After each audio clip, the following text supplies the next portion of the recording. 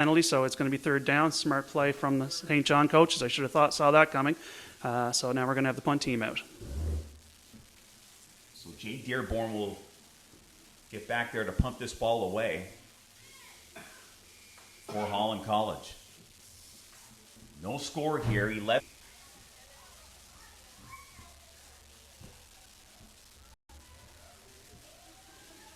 Jay Dearborn, you're going to see a lot of him. He's a versatile player for this Holland College team. Dearborn now will kick this one off, or punt this one, excuse me.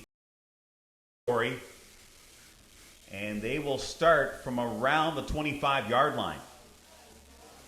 Big mistake there on that. I didn't catch which number it was, but big mistake there not fielding that ball in the air. Cost them another 15, 20 yards. Special teams, such a key to this game in terms of the Canadian game with lots of punts. You have to have your punt returners ready to catch that ball in the air and at the very least get a few yards out of it. Boy, that just really backs them up. It's a tough way to start. And it's tough in this league because these teams don't practice a lot during the week. They might practice a couple of times, and they don't get a chance to really practice special teams, which is such a key component. Yes, definitely. Every Canadian football team is going to be dealing with multiple punts in a game, and if you don't get a lot of chance to practice them, your guys aren't ready for taking those live action plays. Oh, big gain right here by St. John, and that was 35, Pete Dixon, and he gets that ball out over the 40-yard line. Great play there. Great play. Nice big hole right up the middle of the offensive line. Obviously made a big hole there, and he just took that one. And what did he get? 12, 14 yards there. Fantastic.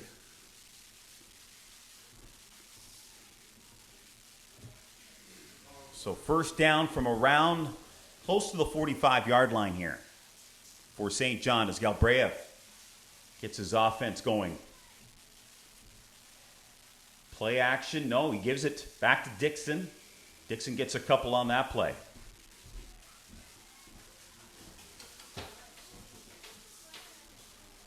And the St. John team, as I mentioned, losing last week. They got off to a slow start last year as well. And because, you have a small league, there's only four teams in the league, you have to really find your consistency early because before you know it, the season's over, you're into playoffs. Definitely. It's playoffs are always looming. I mean, every team makes the playoffs, but you want to come in. I mean, I guess you want to come in on a high note, but it's tough to get a home field going. If you start off slow, you're going to be on the road for the playoffs, which is always tough. Galbraith with the pass here. Intended receiver was Tunning, and he drops a good defensive play there by number 22, Sertle. He knocked that ball away. Fantastic. He just got the leverage on that player, reached in, scooped that ball away. Nice play. We talked about how the defense is the bedrock for this Holland College team. Last season, they gave up just 16.4 points per game. That was tops in the AFL. So a very impressive defensive core that they have here. So a flag on the play, and that's going to be a hold against Holland College. So they've run into some penalty trouble here early in this game, Vern. Yeah, and from my angle, that looked safe. It looked like a good play on 22. I'm not sure if it was holding on another player or if they called him for grabbing that player with his outside arm when he reached in for the scoop. It looked clean from my angle, but obviously not. So from around midfield now for St. John.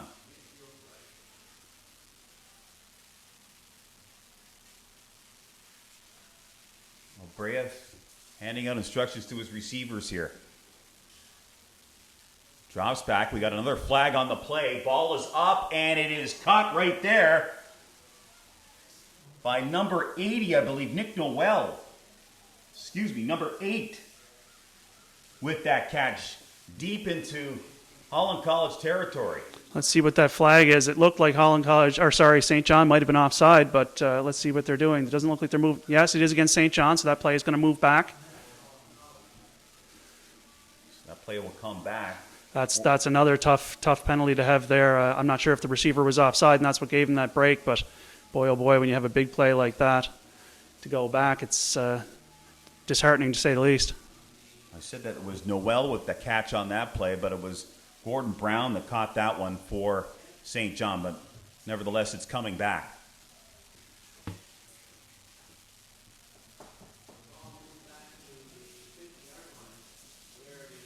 So it'll come back to midfield now for St. John. A lot of new faces on this St. John team, but one thing they have going for them is they have a lot of veteran receivers and a veteran quarterback.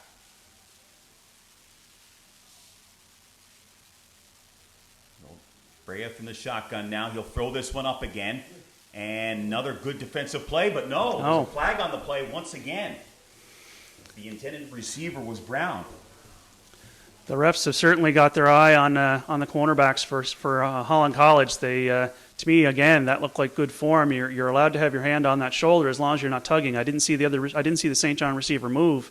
It looked pretty clean to me, but again, I guess if they're going to play it tight, as long as this is a veteran officiating crew. Head official Rob St. Pierre has been officiating in Atlantic Canada for years. I think he actually played at St. Avex in his day, and but boy, oh boy, that looked pretty tight to me. So the officials talk it over now with Tunning. And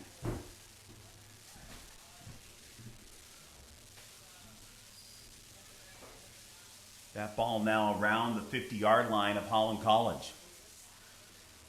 First down here. First down in about 6 or 7. First down and 10. No, they just moved the sticks, so it's 1st and 10.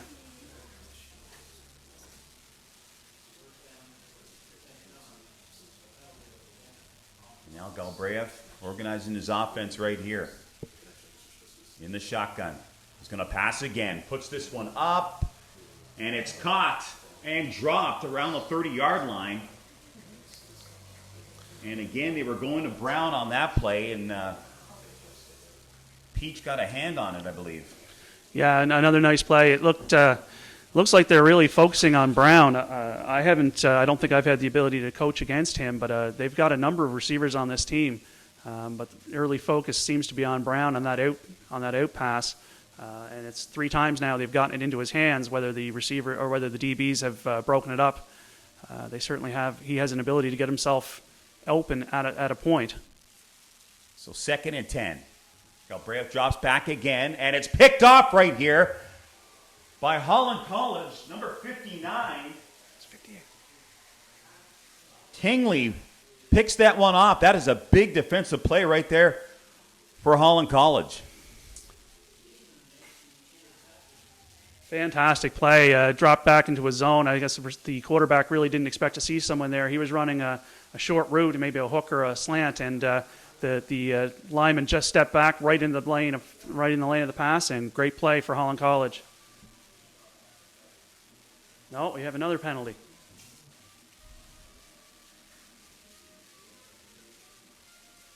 So looks like the penalty was after the pick. So we're going to have Holland College offense out now.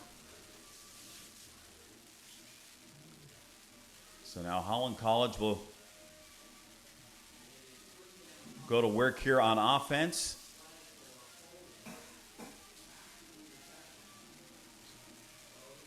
So that ball out of around the 45-yard line for Holland College. Sianchuk in the shotgun is going to throw. He's got a man wide open, and that is napping, and he is gone for the 6 points. And Holland College, they take the lead here. Pretty straightforward play. Ran a route. It looked like he was running some sort of a corner route, and the DB lost track of him. Wide open for the catch. Fantastic start for Holland College to get that early score.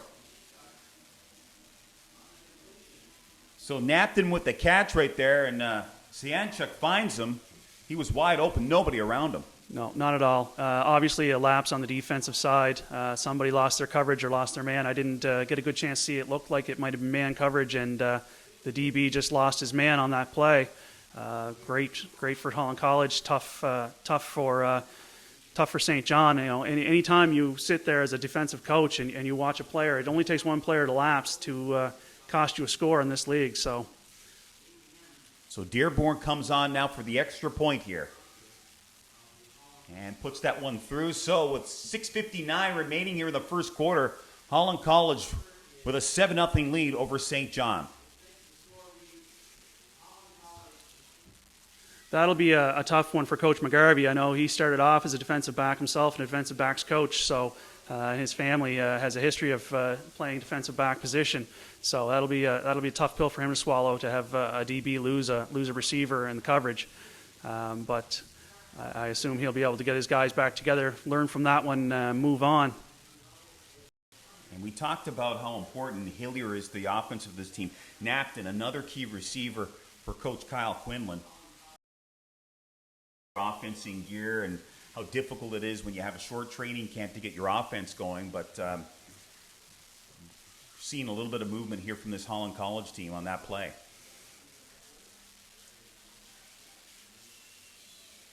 And Sianchuk, as I mentioned, real good athlete, can run. He beat out Tyler Thorne for the quarterback position, and head coach Quinlan just said that he felt that he could win with Sianchuk, liked his athletic ability. So you saw it right there, a good read by the quarterback, and that gives Holland College a 7-0 lead here. Yeah, and beating out Taylor. Taylor worked very hard in this offseason. I was watching him do some practices. He worked with some outside coaching, working on his mechanics. He came in ready to go. So Sianchuk winning that battle certainly must be an impressive player. This is my first real chance getting a look at him. Holland College kicks this one off. St. John will be deep in their own end here as number 2 for UNB, Giffen, just could not handle that ball down the sideline. We have another special teams lapse where a player just wasn't quite set up where he needed to be to field that ball. Again, costing the team. He had a fairly wide open space. He probably would have took it out past the 20 at the very least, and now we're looking at a situation where they're down on their 7-8 yard line. This is disappointing, I'm sure, for the St. John folks, but these guys are going to have to get used to the Holland College players maybe being able to kick a little deeper than they're used to. I'm not sure. They don't seem to be quite set up right. One of the downfalls for St. John last week, inability to make plays on special teams.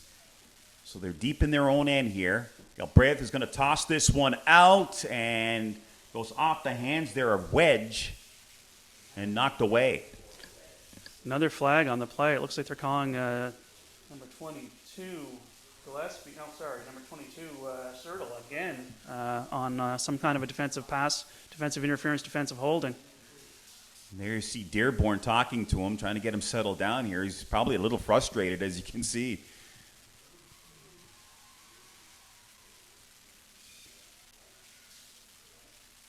And it's really difficult, as a DB. I mean, you don't want to get your hands on top of the receiver. You want to get there on time to knock that ball away. And we've seen it here, a couple of plays. Looked like they were good plays by number 22.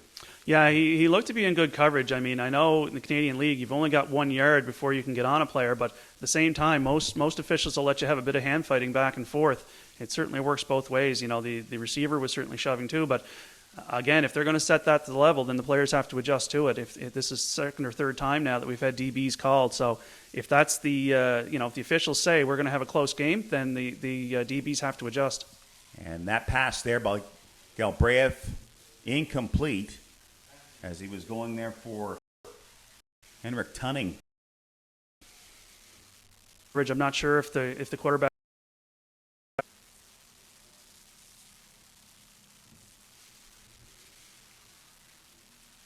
Galbraith tossed this one up here and almost picked off.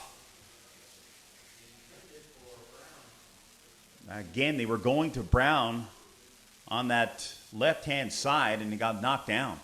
Yeah, number 23 Whitman cut under that. There are times you'd like to see that receiver go. What we say is go a little negative, cut that in a little inside. Don't let that DB get that angle on you. In that case, there the DB really had that. That pass was more likely to be caught by that DB than anyone. He really made a great play. The receiver has to be a little aware of that. If he's going to take that out, he's got to maybe negative it a little bit, come back a little, not let that DB get that angle. So now St. John will kick this one away, landing back to punt it. And it comes down to Hillier. Hillier loses it, and I believe he recovered it just in time.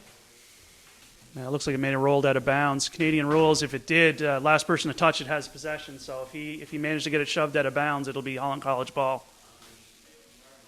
and so it will be Holland College ball at the 50. So we've seen some gaffes here on both teams, some special teams here so far in this game. Yeah, maybe a little bit of rust on all the players. I mean, they played last week. I'm not sure how many chances they had at special teams for both sides, but yeah, there certainly looks to be a little rust there. Players not quite set up, not quite handling the ball correctly. So first down from midfield, caught there by Hillier, and Hillier makes a catch there, maybe gain of about 6 or 7 yards for Holland College.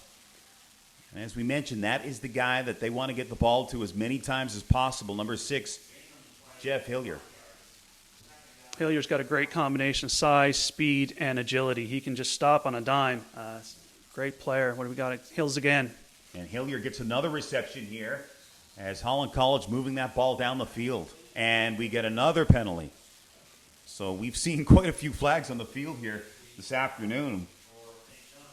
Yeah, this looks like it might be, boy, I don't like criticizing officials, but it seems to be a little too tight on both teams here. I'm not sure what's going on, but, you got to let the guys play a little bit too. So they're going to call a roughing penalty against Holland College here.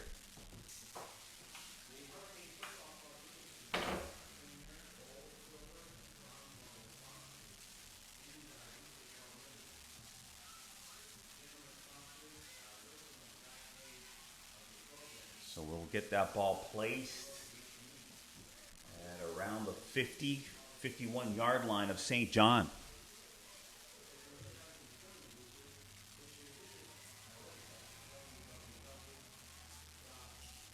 Sianchuk in the shotgun here now for Holland College. He'll hand this one off. Oh, play fake right there. Sianchuk going to use his feet, and he's into St. John territory. And it's a prime example of the athletic ability of the young quarterback, Sianchuk.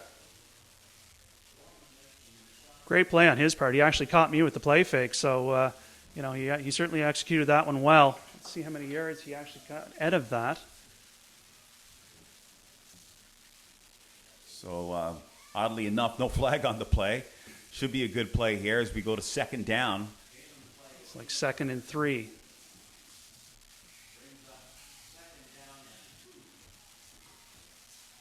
So Sianchuk once again. Again, play fake by Sianchuk, takes it to his left and gets a few more yards for Holland College as they're getting deep into St. John territory.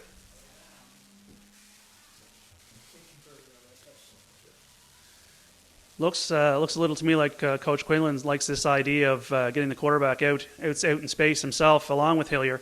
Let Hillier clear out some defenders and then have the quarterback follow him up the sideline, take what he can get and step out. And, for a young quarterback to have a coach like Kyle Quinlan coaching you, that's a godsend because for those of you who don't know, Kyle Quinlan led McMaster University, the Vanier Cup in 2011, Heck Creighton Award winner. So a good hire by Holland College to get a quarterback, a player of that ilk, into the program. That ball caught there by number 85. Gino Jones catches that ball right there. So they're inside the 30-yard line, Holland College is. And a nice quick play there. I think Jones was on his knees when he actually caught it, so he was probably down as soon as he completed the pass. But a nice little pickup.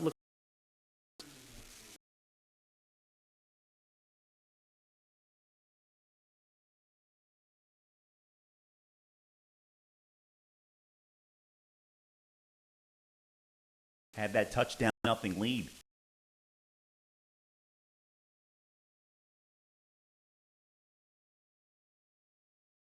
Tough to get a flow going, isn't it? Offensively, you're taking all these penalties or having all these penalties called, isn't it? Yeah, definitely. I mean, anytime you, as a coach, you're usually thinking your next play, and all of a sudden, as you're trying to go through it, you look up and see the play has completely changed. You've now got an extra 5 yards, an extra 10 yards, sometimes 15. It totally messes your head. You don't have a lot of time as it is on the field, so trying to come up with a play in your head and then have another one go, it's always tricky. And if this one was a PI, that might go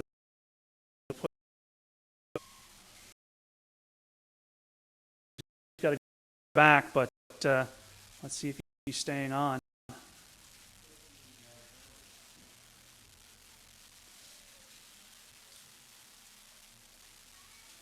So, yes, Dearborn is on there, and see what they do. They're going to huddle up here and decide what they're going to do. He's going to punt it away here. 34 seconds remaining.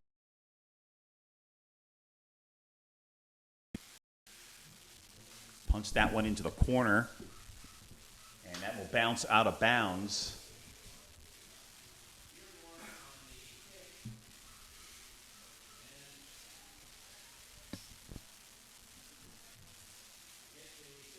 Single point for Holland College, so they lead now 8-0 with 21 seconds remaining in the first quarter.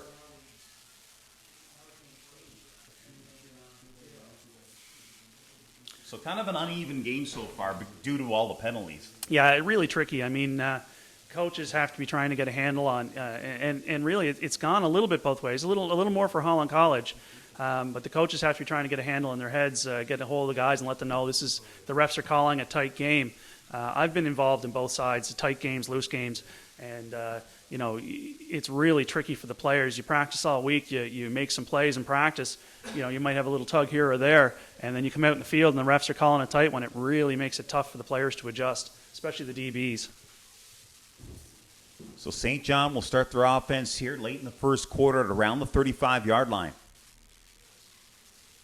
Galbraith hands that one off, and Dixon gets taken down. Might have lost a yard on that play. 1-0 on the season. This Holland College team, I mean, they're on quite a roll. They're undefeated going in this game in 12 games. So, yeah, they've really been on a roll. They've had successive coaches. They've had some great players come in, and I should mention, a great turnout from there'll be a number of people online today from the 242 watching from the Bahamas, and give them a shout out because we have a number of fantastic players who've come up. Holland College has a great pipeline and great system, great bit of cooperation with those folks, and so lucky to restock the last few years as guys move on. We've had guys like Demetrius Ferguson, who I think came from Boston, and then we've had folks like Arian McDonald last year out at DB, and now again it looks like we've got Peach and a few other folks, Sertle, who seem to be playing well. Not a loss for getting talent in Holland College. That ball is up, and I believe it's picked off here by Peach. And head coach Mike McGarvey not happy with the call here, but Peach with the interception to start this second quarter. Great play and a great read by number 2. Yeah, fantastic. They both had a good fight for that ball, and this is a situation where number 2 cut in there, a great fight for the ball, and number 2 came down with it. There looks like the refs are going to huddle and see who had that, but it looked pretty clear to me. I'm trying not to be a homer, but it looked pretty clear to me that when they came up with that ball, number 2 had it, number 4 didn't. So it is going to be a Holland College ball. So that interception gets the Holland College Hurricane offense back on the field here. They'll start off from around the 20-yard line.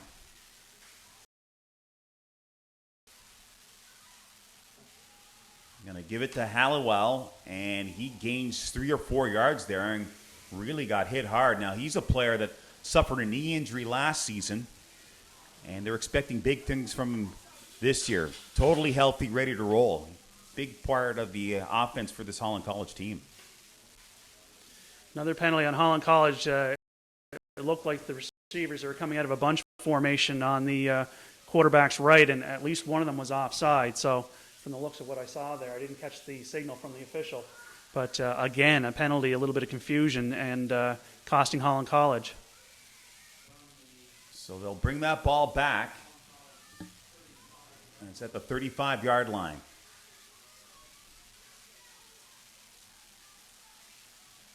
First and about 13. Yards on that one. We had a stunt or a blitz going.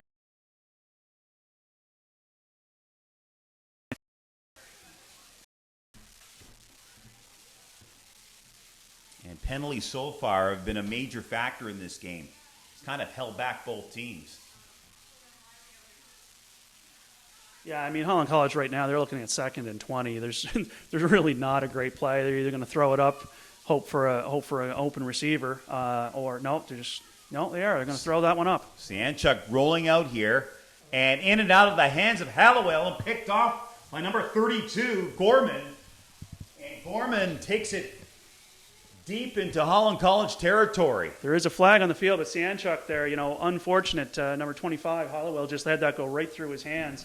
Sianchuk made the tackle, saving the touchdown, but looks like it's going to be St. John ball. That DB really well aware when that ball went. Fella must be working on his tip drills in practice because his hands came up quick to get that ball. Great play there by Gorman. And now, chance for St. John to get on the board here. Give their offense some confidence as they discuss this call here on the field.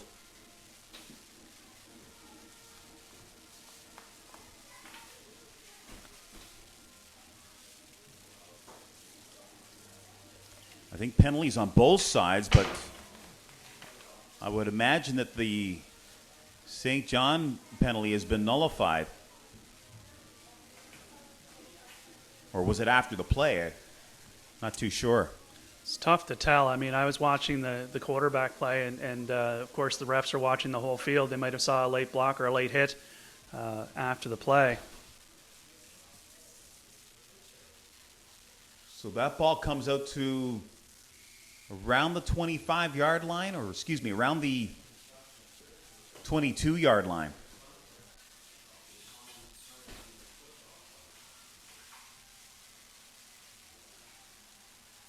So Galbraith under center here, trying to get the offense rolling for St. John.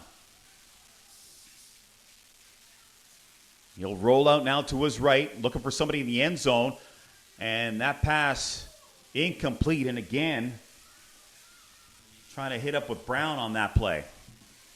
Again, I'm not sure. As he was rolling out, the DB was pretty close there. I'm not sure he didn't just throw that one away. It looked to be high enough that maybe the DB seemed to have a good line on Brown. He might have just thrown that one away and made the smart play.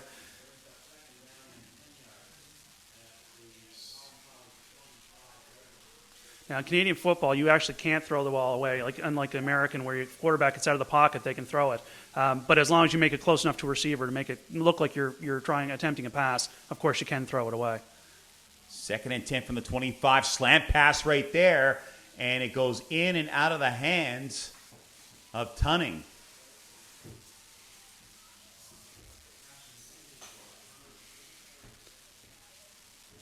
And that was Peach on that play, getting a hand on it. Nice quick play there from St. John.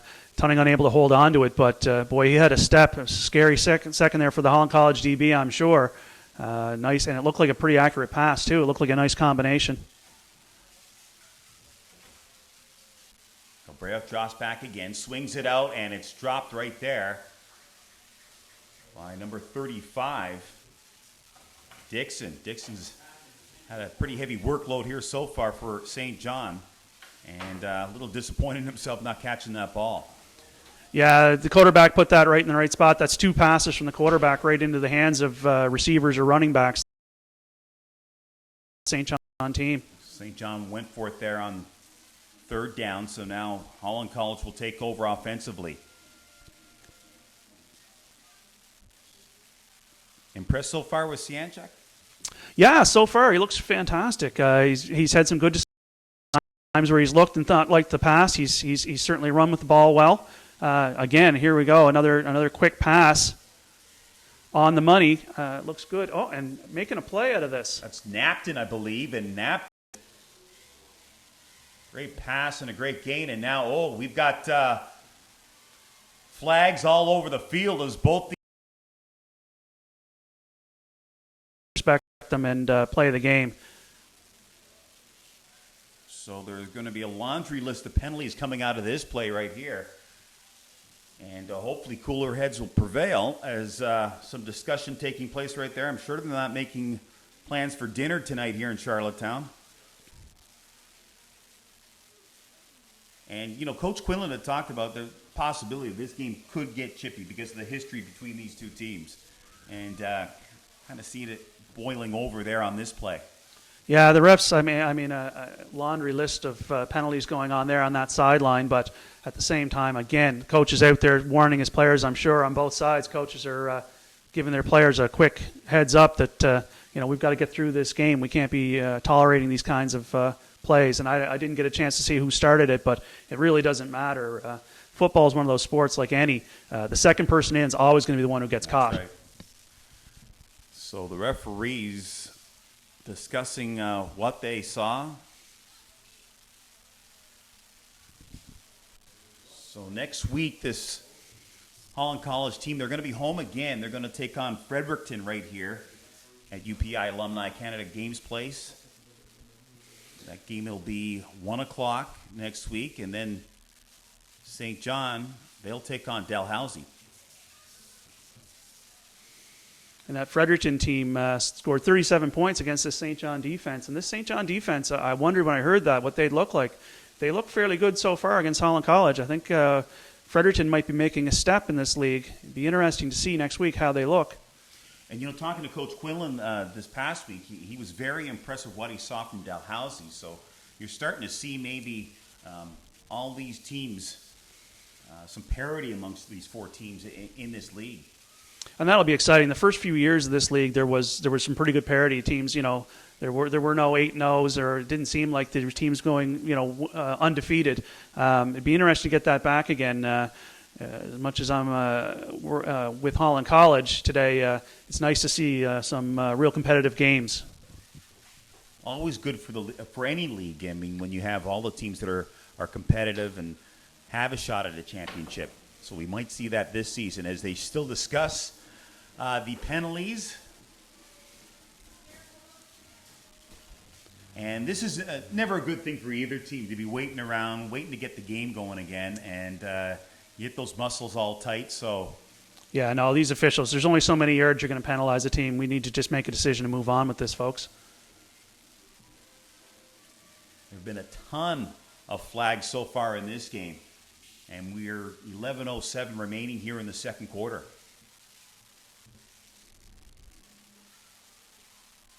Again, as I've mentioned, Rob St. Pierre, the head official, certainly a veteran official, but it's time to wrap this up and move on. I know he wants to have a well-officiated game on all sides, but again, let's just get rolling here. You see players on both teams kind of antsy to, as you say, get rolling here in this game. So Coach McGarvey talking to an official at the sideline. He wants to get some clarification on what's going on here. And to be clear, as do we all. Yeah, definitely.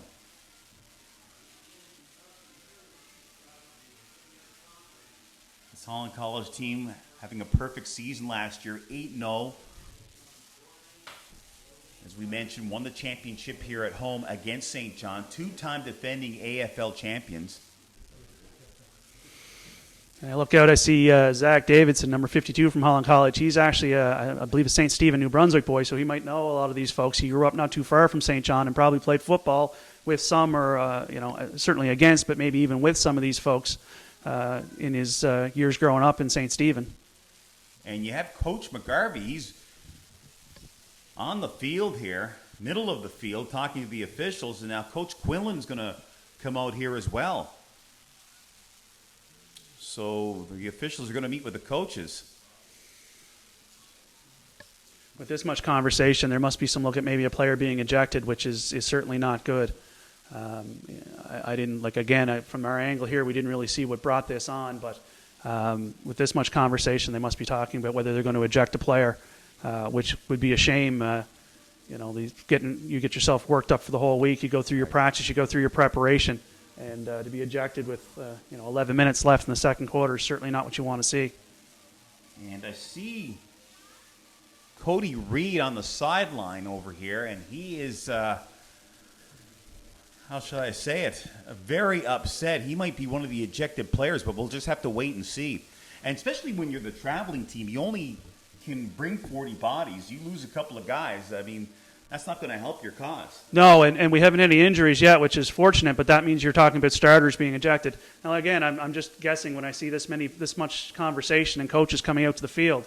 We'll have to wait and see what the officials say before we really know for sure. And one of the St. John's coaches is trying to calm down Cody Reed on the sideline.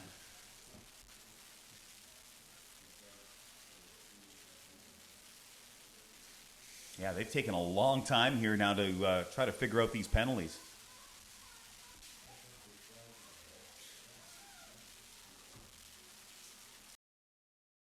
$11:07 remaining. Winning in the final. 15 beat them twice in the regular. St. John, they desperately want to be able to beat from the field, although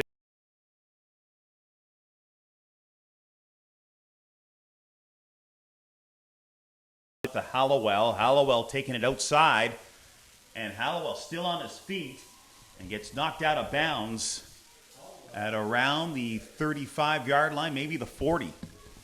and a nice block from the receiver there. Hollowell doing a good job to read that receiver's block and to get it outside. Again, a flag on the play. We'll see what's happening here. But a nice read on that run. So take a look here at 64 for Holland College. McMillan, he's walking off to the dressing room, as is number 87, Charles Gallagher. So not sure if they've been kicked out of the game or not, but they're heading to the locker room here with 10:50 remaining in the second quarter.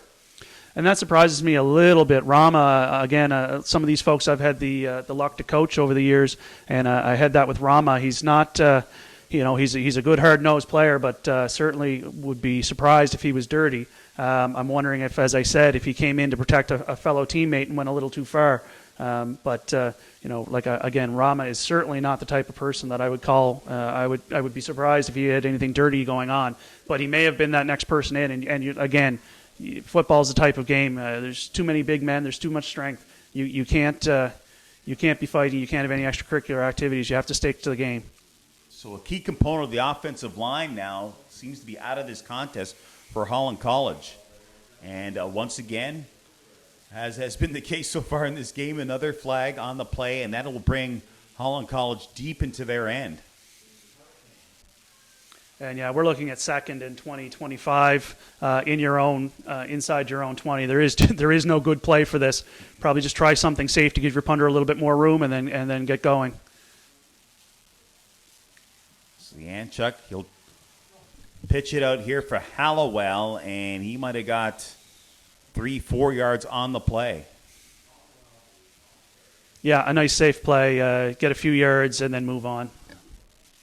So Dearborn will have to come on and punt this one away for Holland College. And really a really rough series there for Holland College. I mean, you've got a couple of starters off. You've lost a lot of yardage. You've backed yourself up, so you're going to give St. John good field position. Just not a good series for Holland College at all. So Tunning and Kernu back to receive this ball as Dearborn is under the goalpost right here, getting ready to punt this one out.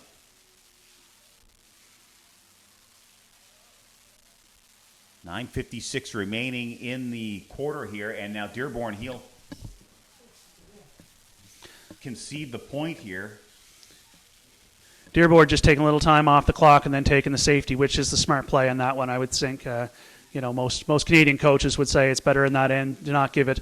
Canadian field is too big, and quite frankly, Tunning, I know in discussions for wide receivers in the Maritime Football League, he was certainly in the discussions for one of the top receivers, so giving him the ball at open field at the 50 with lots of room to work with, probably safer to take those 2 points and let the other team start on the 35. Yeah, you would have given St. John excellent field position here, and you definitely don't want to give them any life here in this second quarter. Their offense has been off the field for a long time, so. And again, another meeting of the minds here. Dearborn waving towards the sideline to get some instruction from the coaching staff.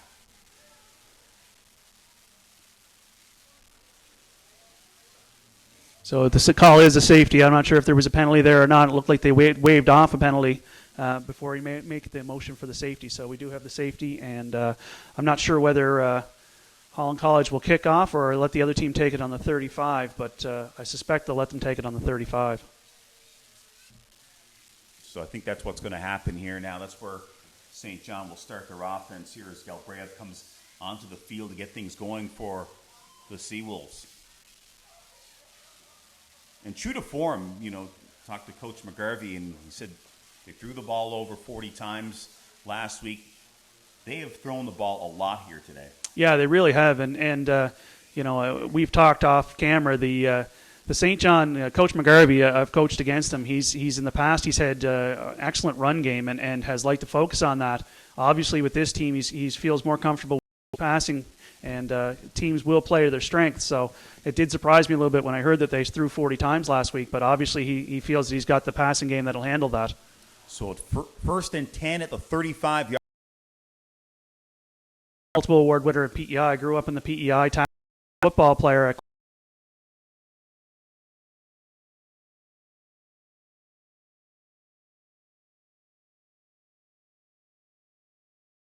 Speaks to the, oh yes, very much so, to the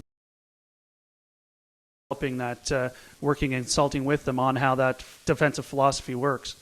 And Coach Thompson, he is a whole show unto himself. We could spend all day talking about him, and we'll get to Coach Thompson and talk about his history in this game of football. A running play right there as Dixon takes it just over midfield for St. John. Let's talk about Coach Thompson here. He co-authored a book. It's considered the Bible of defense. Co-authored it with Bill Arnsparger, who coached a number of NFL teams, and it's called the Football Defense of the Future. And as I said, that's the Bible of defense for most coaches in football, isn't it? Yeah, there's a lot of coaches. I've had the luck of working with Coach Thompson over the years, and been to a few meetings with CFL teams, and coaches will say they've got that book on their shelf. And for those looking at it, you can go on to Amazon and take a look. It'll cost you $170, $180 to find a copy now. And there you see quarterback Galbraith. He was in trouble there. Speaking of John Thompson's defense, swarming the St. John quarterback. He had to throw that one away. And again, no surprise, another flag on the play. I don't know if it's intentional grounding or what the call is here. Oh, they're going to pick that flag up, so no flag on the play. Whatever the refs have had the conversation, they've decided that that wasn't a flag, which seems out of character for this crew, but nonetheless. Yeah, we've had a ton of penalties here in this game so far. 7:30 remaining, 8. And I guess both these teams, they want to get in that locker room as soon as possible, try to calm everybody down. So from midfield, Galbraith is going to put this one up, has a receiver, and once again, it's Brown that he was trying to hook up with, and they couldn't make the play. Another deep out to Brown. They must really have a lot of confidence in that play. That's the third or fourth time this game where we've seen the quarterback from St. John trying to connect with Brown on a deep out. So St. John will go back on defense right here as they went on third down on that play. And you're going to see that a lot, won't you? You'll see a lot of teams go on third down at midfield as opposed to punt the ball. Yeah, I mean, I think most coaches today, other than perhaps, the majors like the NFL or major U.S. colleges, most coaches would say if you're at midfield, unless you really think you can pin a team back. Bad snap right there, and we'll see who has the ball.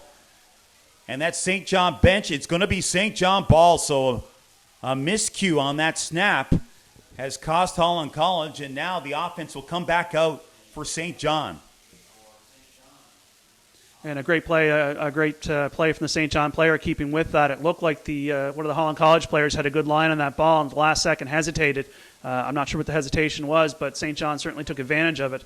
Great play on their end, great tenacity to stay with that and not just give up and let the Holland College player recover. So here's a great opportunity now for St. John. As Galbraith and the offense back on the field, 6:42 remaining. They're down by 6.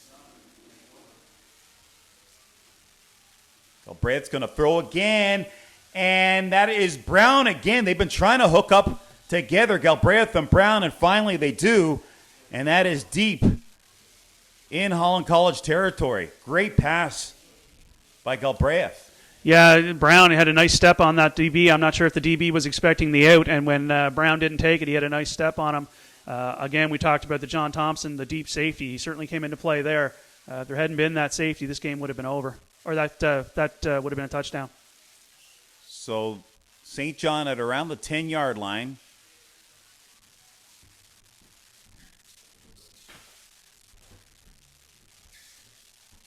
Galbraith under center.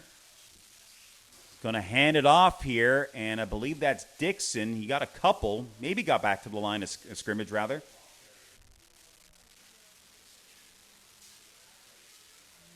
And he did get back to the line of scrimmage. That's about it. So not much of a gain there for St. John. So now we have a situation, 2nd and 8. Goal line back, probably 15 yards away. Are they going to try for a touchdown here, or are they going to play safe? I suspect that they'll probably 5 minutes left down, try and get a spark going with this offense, but we'll see.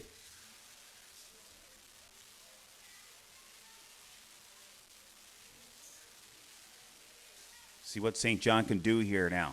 Try to punch that ball in. Dixon trying to get to the outside, or excuse me, yes, that is Dixon with the ball, and didn't get much of a gain there for St. John. So it brings up an interesting situation. We just talked about going on 3rd down, and I think they're going to try to kick the field goal here. Yeah, it's a close game. I can certainly understand that, but at the same time, if you're a pass team and you're in that zone, you'd think you'd take a shot at it versus a run. But again, with the pass team, all those passes, they might have thought they would pull a fast one at Holland College and have some room for that running back. So Tunning out to kick this field goal to get them within 3. Ball is up, and that one, he misses it. And we got a flag on the play, though. Could be roughing the kicker.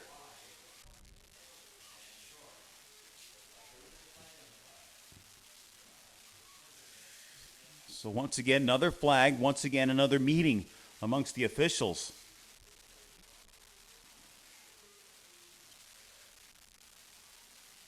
Well, let's see what happens here. I have to be honest. I've coached a long time and really haven't seen a lot of roughing the kicker penalties in the leagues in PEI and in the Maritimes. Players are usually pretty clear to stay away from that. Looks like penalties on both sides this time.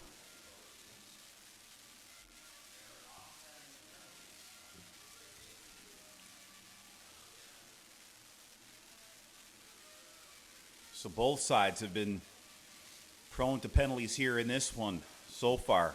As we have 4:11 remaining, 8-2 for Holland College.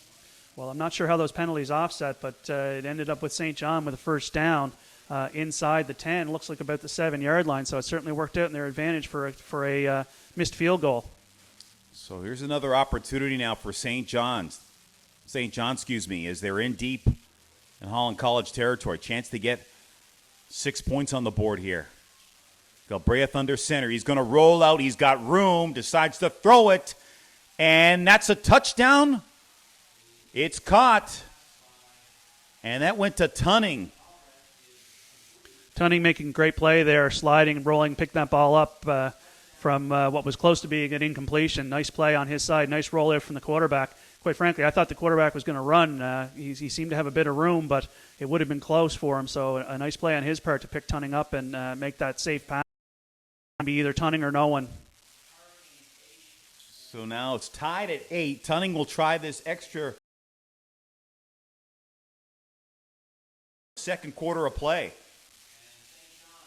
And you can kind of get the sense that the tide is turning a little bit in favor of St. John. Yeah, St. John's playing really well. I mean, they've gotten some breaks as well. A missed field goal that turned into a touchdown. Certainly had some breaks, but we'll have to see. It's a close game.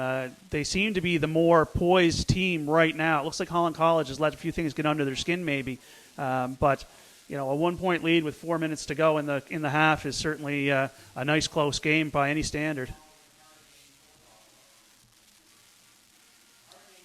So Lamming is out there to kick this one away for St. John. Hillier back there for Holland College. He is a dangerous player that, as we mentioned before, Holland College needs to get the ball in his hand as many times as possible. Also back there is Kyle Scott, 2 returners for the Hurricanes. And Coach McGarvey, Coach McNamee, the special teams coach for St. John, well aware of Jeff Hillier, so I'd be surprised if this doesn't go to Scott, just based on their knowledge of Hillier. Oh, and they just chip it short here. And who's got the ball is a Holland College, and St. John taking a calculated risk right there, but making a gamble late in this second quarter. Anybody who's watched my teams play, they'll know that I love that play. But that player in St. John, it looked like he had an opportunity to bat that ball out. If he had batted it out, it would have been his ball. Looks like, I'm not sure if he missed it or if he got blocked, but at one point there, I really thought that was going to be St. John ball. He was tracking that down, and all he has to do, instead of trying to land on it, is bat it out of bounds, and it would be St. John's ball. And we got another flag on the play here.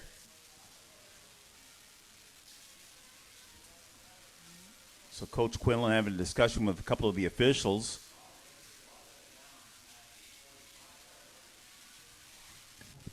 So that ball will be at around the 30-yard line. That's where Holland College will start here on offense. 3:56 remaining in the second quarter. 9-8 for St. John. Sianchuk hands that one off to Hallowell. Hallowell taking it to the right side, finding no room whatsoever. And Kernu with the tackle there for St. John. Kernu slipped right around the block from the wide receiver. He had a beat on that play right from the start. He was having nothing to do with that block. He just stepped around him and right for the runner. Great play on his part. Get a feeling that confidence is building here for St. John. As we mentioned, they've lost the last 3 meetings against Holland College. Dearly would love to win this game here today at the site of where they lost the final last year. Sianchuk now back to throw, looking for a receiver. And he's in trouble here now, and Sianchuk has to go out of bounds as that St. John defense just swarmed him. He wasn't too sure what he wanted to do. I thought he was going to try to hook up with Hillier down that right sideline. Yeah, and it looked like Hillier he had maybe a step, maybe not, but I think Sianchuk just thought the better play here might have been to step out of bounds as opposed to try and heave that ball up.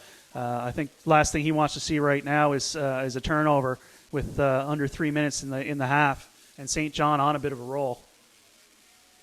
Speaking of turnovers, this Holland College team, they forced 3 turnovers last week in that win against Dalhousie. Yeah, I mean, when you looked at the score, it was 19-11, I believe, and the defense had 9 of the 19 points, so great outing on their part. Dearborn with the punt, and that will go out of bounds at around the 39-yard line. Time running down here in this second quarter.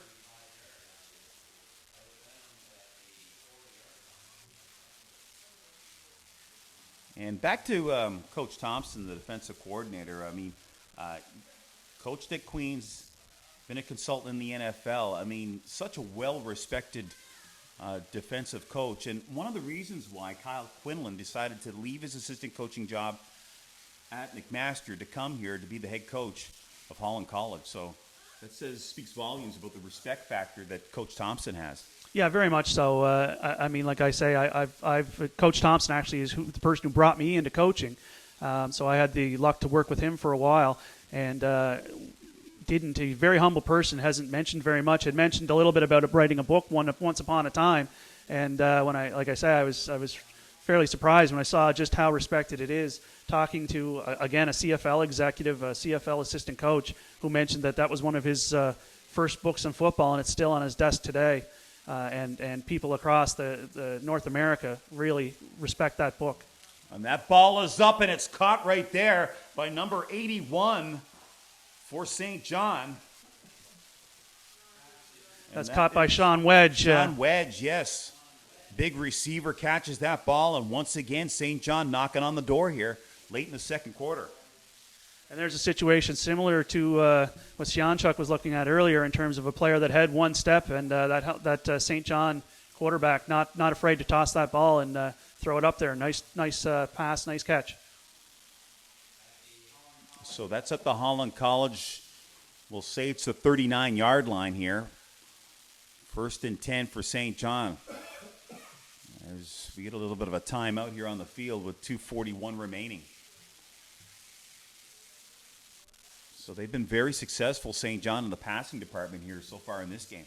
Yeah, we really see why Coach McGarvey is passing 40 times a game. He's got a quarterback and he's got some receivers that he obviously has the faith in to make those plays, and it's worked well so far for them.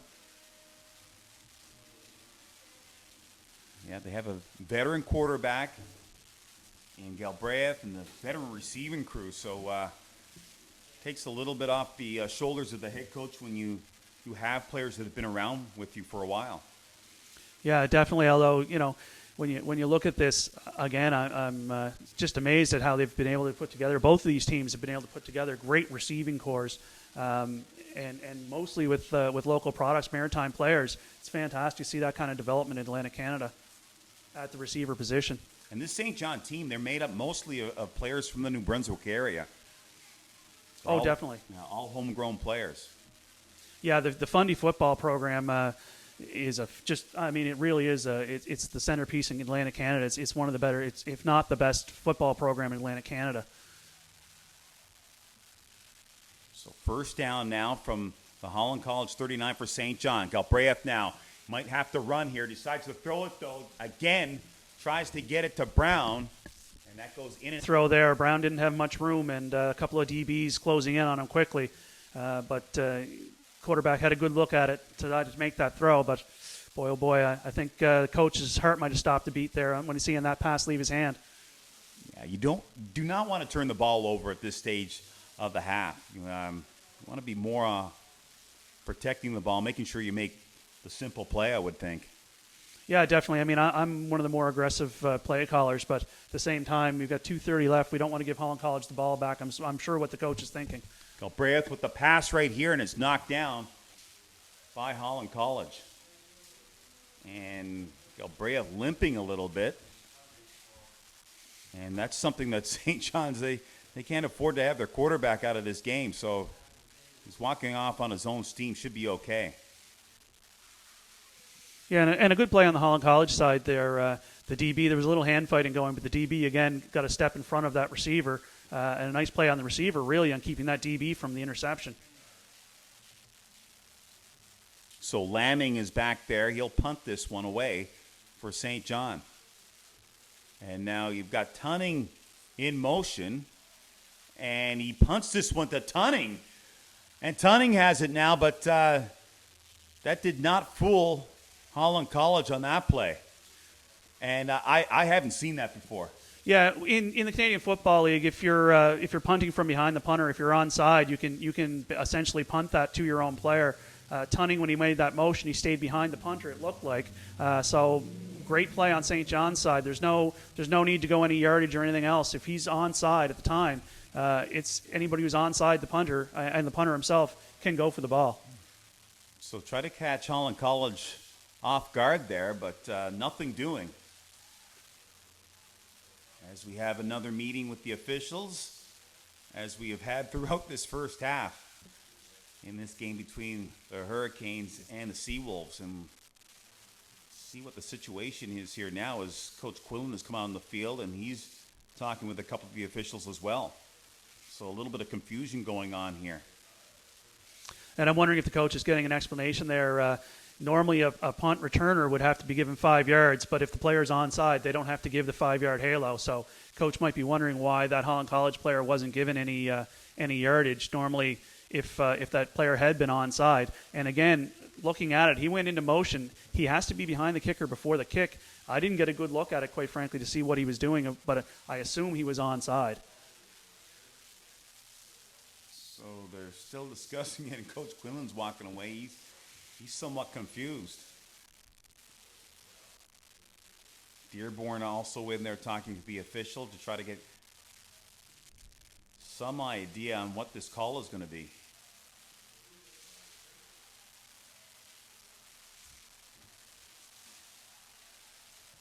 It's taken a long time to finish this first half. We've had so many penalties in this first half. So 2:18, 9-8 for St. John.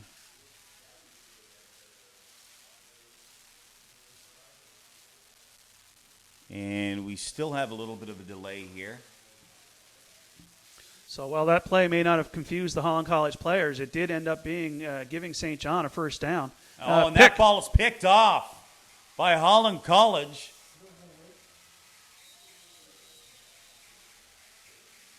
And a big defensive play here late in this second quarter. And I believe that was Brandon Whitman with the pick on that play. Great play on his part to step in front of that pass. People talk about momentum. I'm not a big believer in it per se, but right now, the last thing St. John wanted after that big play and getting the ball back in a new possession was to have that ball turned over to Holland College. Now we'll see how Holland College's 2-minute drill works. Long field to work with right now. See how they can go with the 2-minute drill. Whitman with the pick, and now Holland College, they have their offense back on the field. Oh, and a drop pass right there, but we got a flag on the play.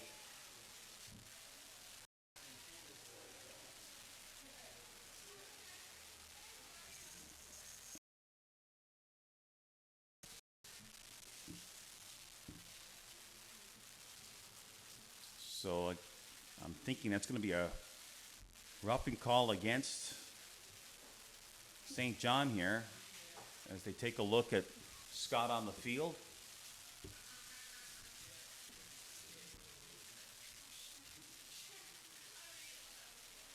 And he's back on his feet right here, so that's a good sign for Holland College. Key receiver for the Hurricanes. And boy, did he ever get popped over the middle there.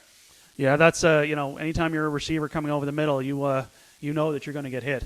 And he certainly did at that point, but stayed in there, played tough, and tried to make that catch under pressure.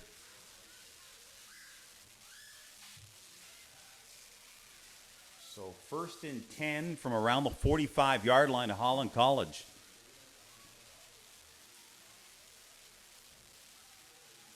Sianchuk now looking for a lane to run, and Sianchuk gets over midfield or at midfield for Holland College as once again he has to use his feet here, gain some yards. And the spot's got that very close to the first down. We'll have to see how it works. They might even need a measurement on this one. Sianchuk going over to Coach Quinlan, get some instructions here. 1:50 remaining. Holland College trying to put some points on the board before the half ends.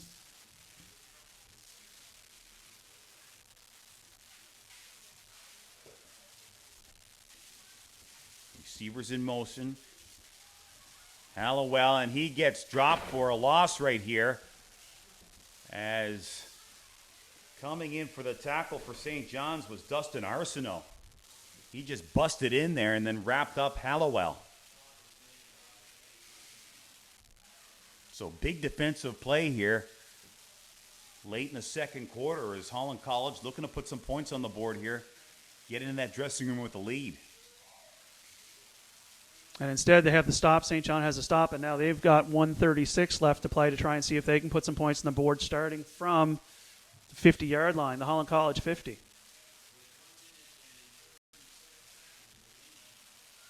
So we'll see what Galbraith and the offense can do here for St. John. They've been very impressive here in this first half.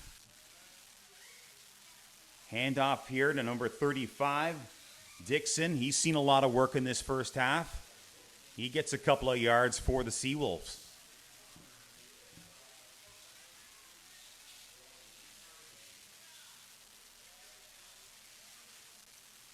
At this point, I'm really not sure whether Coach McGarvey's going to try and run the clock out, or if he really just thought that he had a good matchup there to try and fool Holland College after all the passes. I'm just not really sure what his mindset is at this point. With 1:30 left, you'd assume that he's still trying to get some more points on the board. That's lots of time. And Dearborn having another discussion with the officials here.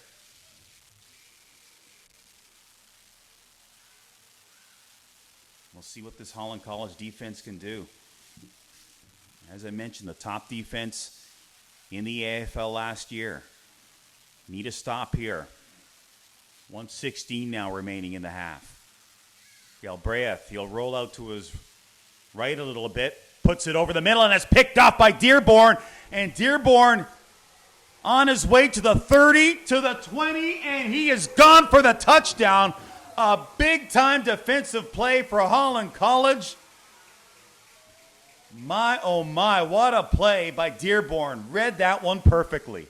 And there we go. I mean, talking about momentum shifts, and as I said, I don't really believe in it, but I think when you look at something like that, a big score from this defense, just as the half's going to close, Holland College is going to walk off the field at halftime with a little spring in their step that they might not have had.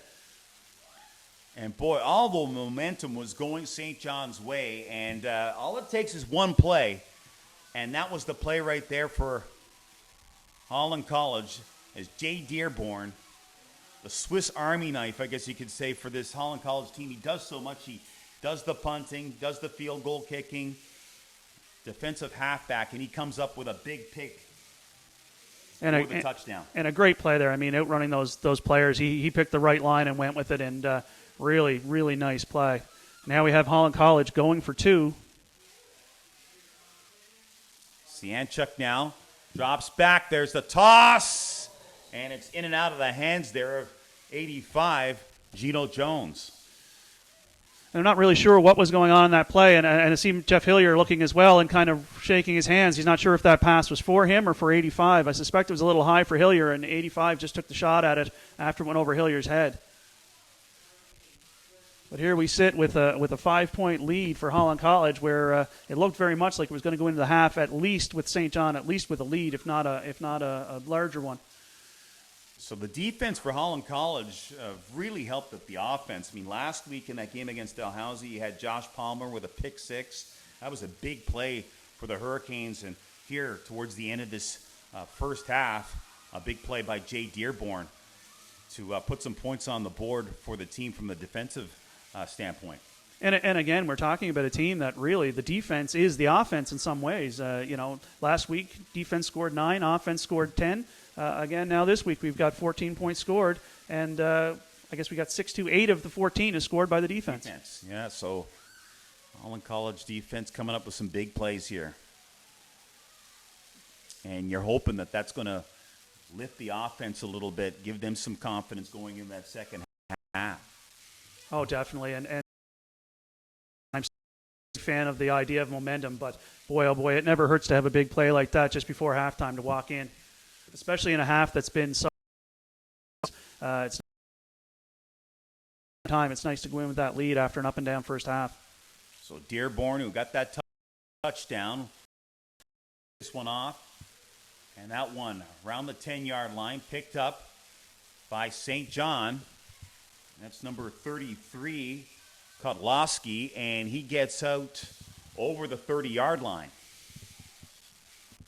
Yeah, a nice return there. It didn't look very promising at the start. Again, I think these players from St. John are not used to a kicker being able to put the ball as deep as Dearborn is. They seem to be surprised each and every time. They seem to have guys up around the 15 when Dearborn's kicking it down towards the 5.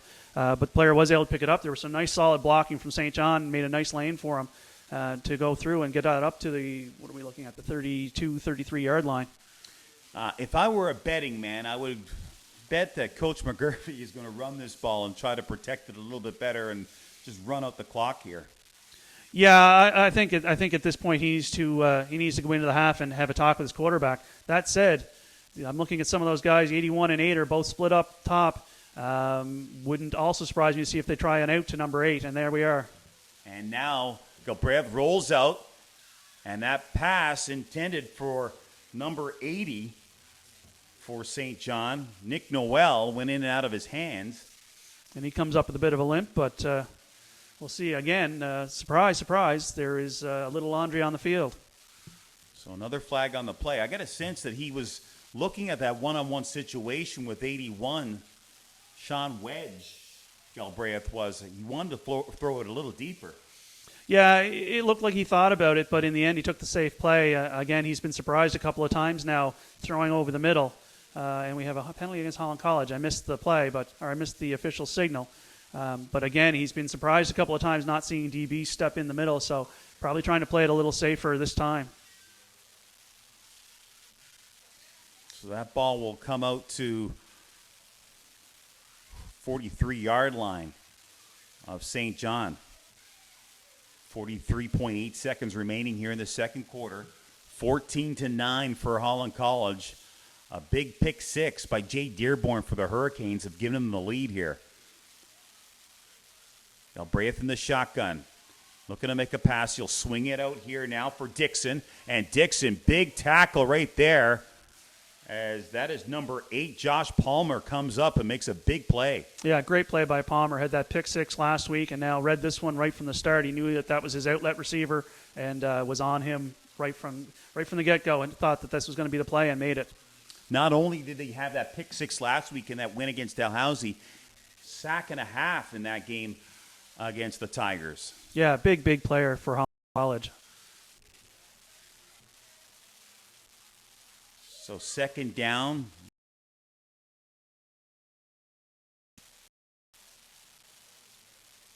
And he has been a force for this Hurricanes team. Talking to Coach Quinlan, one of the guys that he pays close attention to, likes the way he plays, likes what he brings to the team. And he said at times when they had their training camp, I mean, he could almost break through the line at will. So key component on that D-line. Actually, I'm not sure if that wasn't Diaquin Wilmore that made that sack. I see him coming up from the bottom there. Great play from Holland College. Great pressure to force St. John to the kick. So Lamming back at around his 20-yard line. That was a high snap, and he'll kick this one off or punt it. Bounces down now for Hillier. Hillier now trying to take it to the outside. Hillier trying to gain the corner, and he does. Jeff Hillier out at around the 22-yard line. A great return by number 6. And he is so dangerous when he has that ball in his hands. Definitely dangerous. That said, they did manage to get him corralled out, so that'll be the halftime now. I'm sure Hillier's actually a little disappointed that he didn't get a chance to cut that one more time, but the player did get to him, had the angle on him. So that does it for the first half here at UPI Alumni Canada Games Place. 14-9 for UPEI, leading St. John. So we're going to take a break right now. We'll come back with third quarter action in just a bit. Stick with us, folks.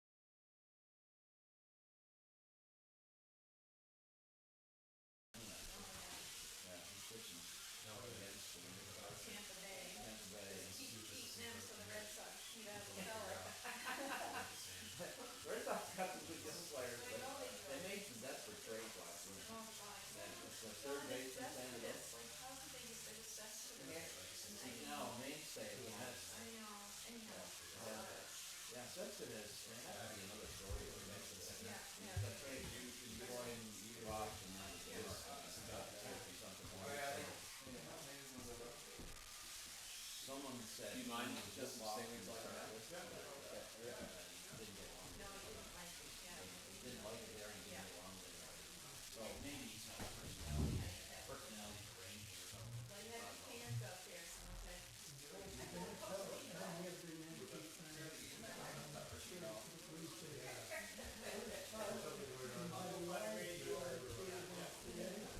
Oh, see, I'm on the beer. I'm on the beer crate now. Okay, all right. You want to go get my beer?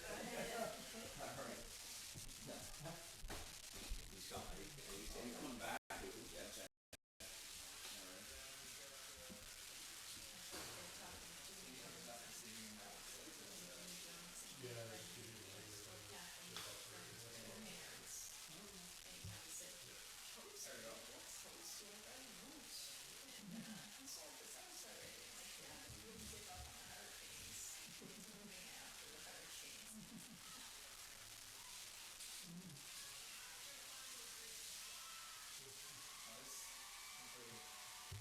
So it's not recording the seats or anything.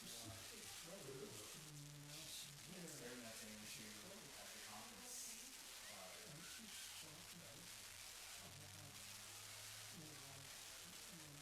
Whole 1%.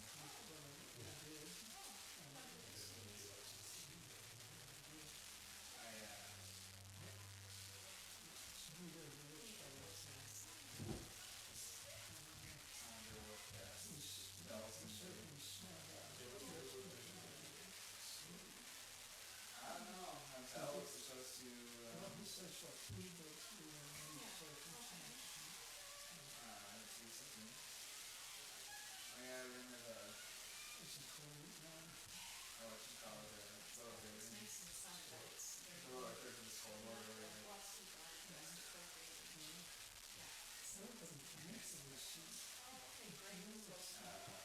With the sunlight so is that here now? I missed it. It's changing size.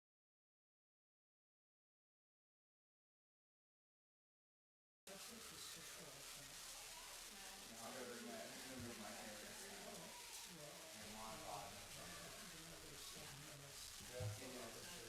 It's easier to run around.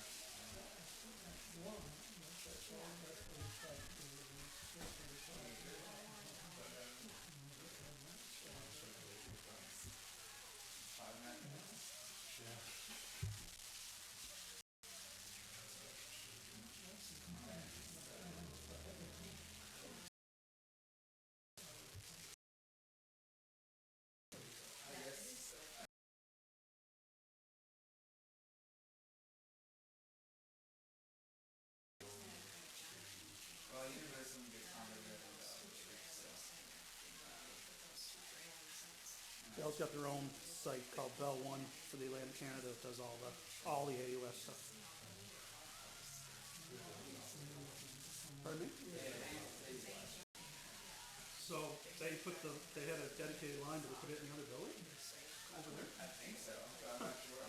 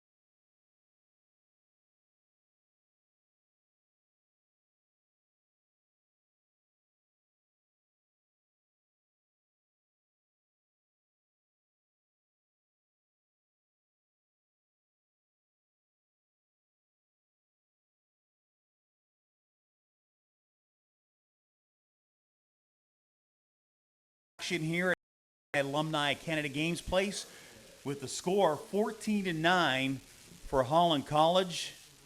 Jay Dearborn coming up with that big interception very late in that second quarter to give Holland College the lead, because things look kind of rocky for them in that second quarter. Yeah, it was certainly looking rough, but Dearborn stepping up. Be interested to see now what kind of adjustments St. John's making. Already looking at this kick return, these returners are still sitting at the 12-yard line when Dearborn's pretty consistently overkicked that. So right off the bat, a little wonder on my part, just in terms of what kind of adjustments St. John's making. So Tunning and Kotolowski back to return this one here for St. John as Dearborn gets ready to get things started here in the third quarter.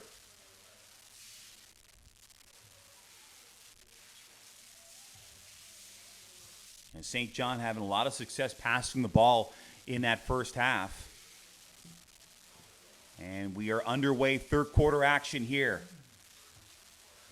And Tunning bobbles it a little bit, takes it at his own goal line, and he gets swarmed down. Might have got out to around the 6-yard line. Yeah, and again, I mean, this is the third time Dearborn's kicked over Tunning's head, and he still continues to set himself up at the 12-yard line. I guess he's not going to. This kicker's better than what he's used to, and putting his team in a deep hole. I mean, all he had to do was start at the 5, and he's probably going to make the 50. So St. John in the shadow of their goal line now as they go on offense here. Galbraith very impressive in that first half for St. John. In the shotgun, 3 receivers up top. Handoff right here, and that goes to Dixon, and he might have even lost a yard. Yeah, he lost a yard there, tripped over a turf monster and caught up. But the defense, it looked like they had a pretty good line on him as well. So that's second now and 11 for St. John. You can see that safety there for Holland College. We talked about it in the first half. They play a very deep safety. Actually, from if it's considered like the last game I watched, you may not be able to see him on your screen, folks. He's back, maybe even out of the screen. Galbraith now in his end zone has to throw that one away. Almost got picked off. And again, that was Jay Dearborn. He got a hand on that ball for Holland College. Yeah, Dearborn certainly all over the field today. As you mentioned, Swiss Army knife for this team. Playing excellent coverage there. The receiver might have slipped a little bit, and Dearborn stepped in, almost had that pick. So that's third down, and now St. John is going to have to punt this one away. Lamming will be very deep into his end zone to kick this one away. Yeah, I would actually be surprised if they don't take another safety here. Just play the safe and give Holland College the ball back on the Holland College 35, as opposed to risking a blocked punt or something this deep in the end zone. Makes sense, too, because you got Hillier back there, and we talked about how dangerous he is. Yeah, you don't want Hillier with the ball in open field inside your own half. No, they're going to punt it away. Flags on the play. That bounces to Hillier. Hillier now looking for some room, trying to get to the outside. Hillier to the 30, to the 20. He's to the 10-yard line. It all depends on what we see here with the flags on the play. Boy, oh boy, that's a gutsy play by that defense or that special teams coach. But I know I wouldn't have made it. We'll have to see what these flags are. See if Holland College was offside. But if that was St. John jumping, we'll have to see how this works out. And it's going to go against St. John, so that penalty is nullified. And now, right off the bat here in this third quarter, Holland College knocking on the door here, looking to tack on some more points. And we talked about Hillier, how dangerous he is, and he showed it right there. He showed it late in that first half, too. He had a big gain. Yeah, I mean, the last play of the half was Hillier taking a kick and running 40, 50, 60 yards with it, almost getting a touchdown. And again, here we go, punting the ball to Hillier inside your own half. So Sianchuk in the shotgun once again. Going to hand it off to Hallowell. Hallowell will take it and touchdown. Holland College, and just like that, It is Holland College tacking on 6 more points. Yeah, great run there. Somebody, I didn't see who made it, but on defense held it right through. Nice play on his part. Nice play, nice blocking. He walked in untouched. So early in this third quarter, Holland College getting the job done on both sides of the ball here.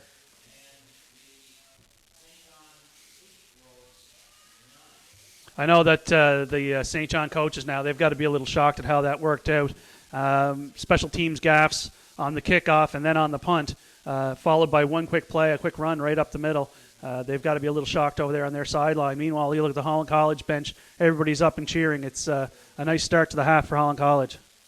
So Dearborn will try to kick the extra point. It's up, and it is good. And 12:20 here in the third quarter remaining, and it's 21-9 for Holland College.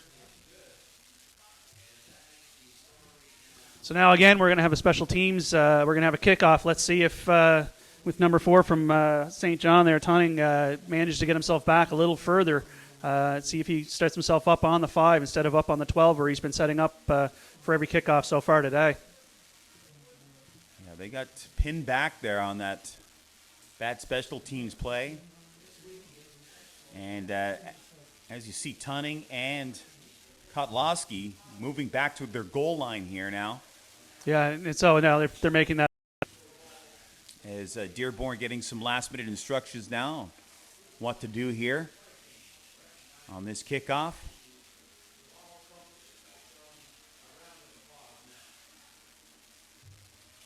And Holland College looking to make it 13 games unbeaten.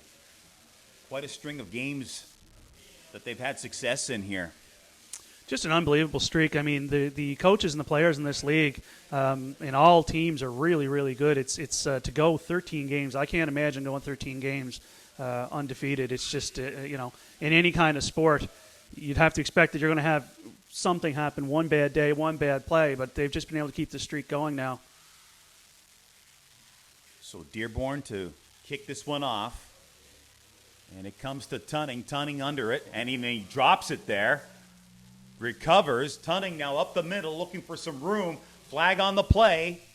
Tunning trying to get to the outside, and he gets taken out of bounds and then over a bench, and more flags go down.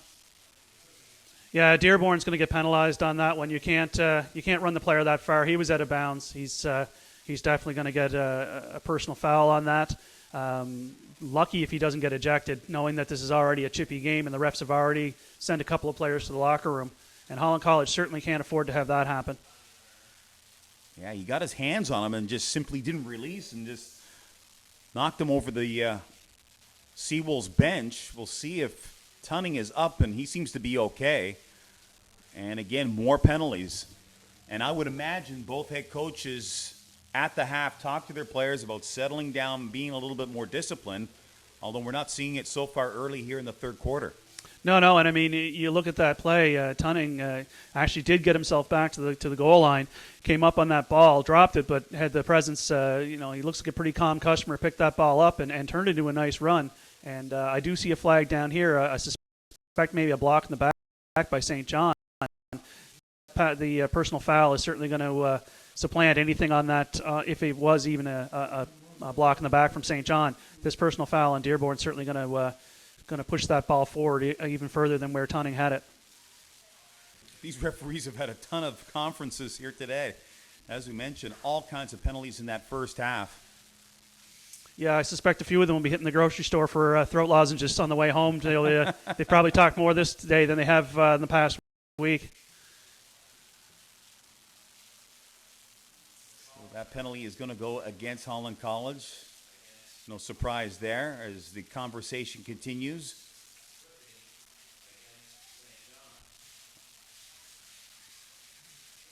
And let's see where they spot this ball now for St. John. To be at around the 14-yard line, I'm thinking. Wow, I'm really surprised at that. He's counting it off here, so oh, there we go. It'll be at the 20-yard line of St. John. That's where they'll start offensively here. Yeah, so that's a surprise. I didn't catch. I think I heard somebody say it was clipping on St. John, which I think is also a 15-yard penalty, so they may have offset. But Holland College certainly got lucky on that one. So check that. It's the 25-yard line where St. John is going to start offensively. 4 receivers to the top of the screen there for St. John. Galbraith, bad snap, and they had to cover up on that play right there. It was number 2, Giffen, had to cover up there for the Seawolves. So a little misfortune here for St. John to start this third quarter. Yeah, really a sloppy start, and I'm starting to wonder if the players aren't starting to overthink this. I mean, I've seen in the past guys start to get the bad luck starts to get in their head, and it looks like maybe that's starting to happen to St. John a little bit. 2 or 3 bad plays right in a row, each by different players. So that brings up 2nd and 12 now.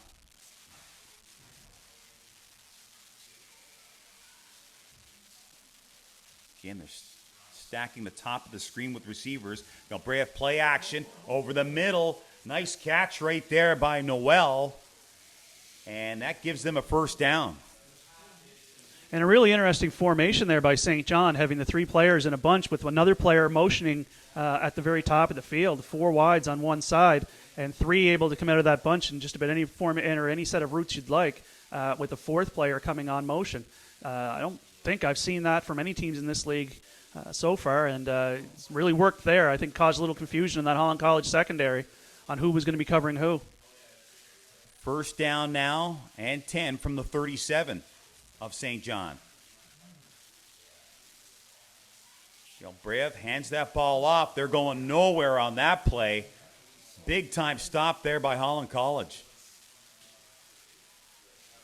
Yeah, the great push from the Holland College defensive line. The St. John offensive line not able to match and stop them for what looks like, just no gain at all. Maybe loss of a yard. Great play on their side. Alex Rose getting in on that tackle there for Holland College.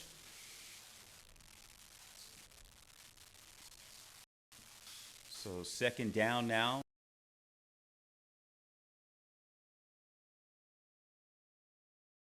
So far, but we probably should bring up is the linebacker tandem, the Surrey Wildcat tandem of John Ross Young and Alex Fitzpatrick. I think Alex was mentioned a little earlier, but there's a combination you don't see too often. Two players didn't play together in Surrey, but certainly different eras.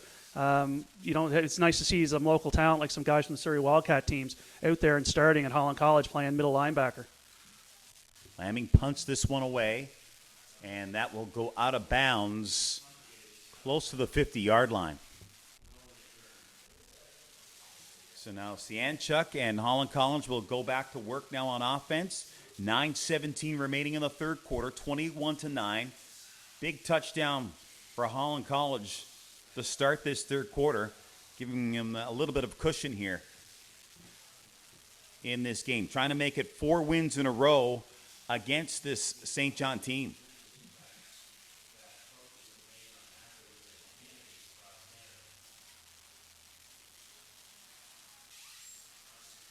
Ball is pitched out now for Hollowell. Hollowell trying to get to the outside. He's got some room here. This is a big game for Hollowell, and he gets it out over the 45-yard line of St. John. Great blocking, great reading the blocks, and a good effort there, too. He looked like they could have been taken down a couple of times and broke through them. Looks like a big play there, 30, 35-yard run. Fantastic run by Hollowell.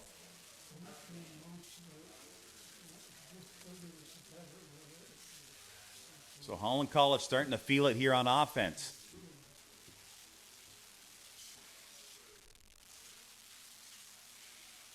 Receivers in motion. Back to Hollowell again. Might have gained a yard. Maybe a couple. Yeah, no fooling St. John on that play. They saw that handoff. They had that sniffed out right from the start. And you're starting to see that confidence build now for the Holland College, especially on their offense here. Oh, definitely. And looking at the way this is now, I mean, early in the third quarter, Holland College still has to put the pedal to the metal to keep this going. There's nowhere near time to start thinking about this game being over with a dangerous offense in St. John. Sandchuk now going to throw this ball, and it's caught close to a first down. Well, maybe not. About 5 yards away from a first down.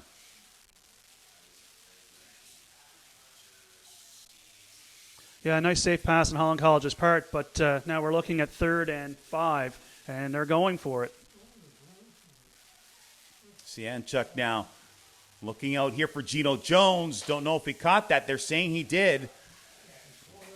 Low pass there, and Gino Jones gets his hands on that and gets the first down for Holland College. Yeah, great play by Jones. Low pass from Sianchuk, and Jones managed to get down on his knee there. He was down as soon as he caught that ball, but he did manage to bring it in.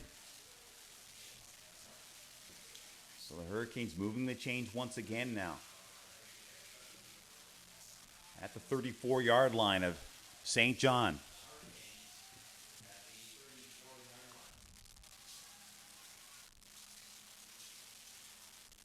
You got Hillier at bottom of the screen here, one-on-one situation. Sianchuk now rolling to his left, and that is picked off. And St. John coming up with a big play right there. That's Bryson Como that picked that one off for the Seawolves. And didn't look like there was a receiver in the area.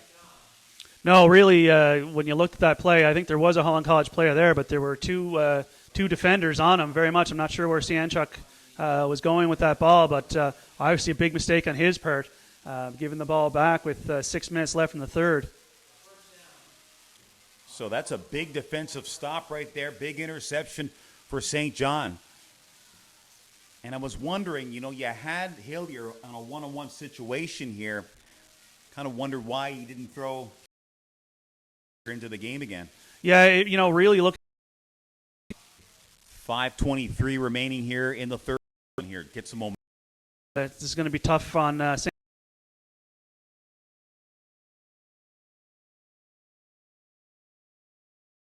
Putting the pressure now on St. John.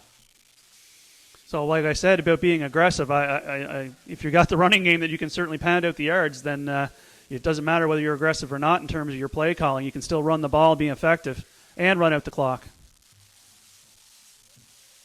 Going to go to Van Baden. He fumbles it, and St. John is recovered here. A bad handoff, and Van Baden, after that big gain, he turns it over. A little miscommunication, I think, between the quarterback and the fullback there. Yeah, that was definitely a broken play right from the start. I don't think Baden knew, had the right idea. So St. John dodging a bullet right there. 3:47 remaining in the third quarter. In this game, if Holland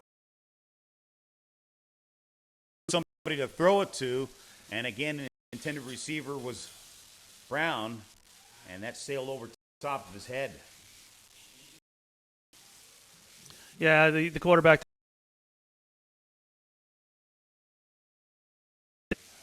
Yeah, didn't fool those Holland College linebackers at all. They stayed on that running back the whole way with that fake. So now St. John will come on the field and punt this one away once again.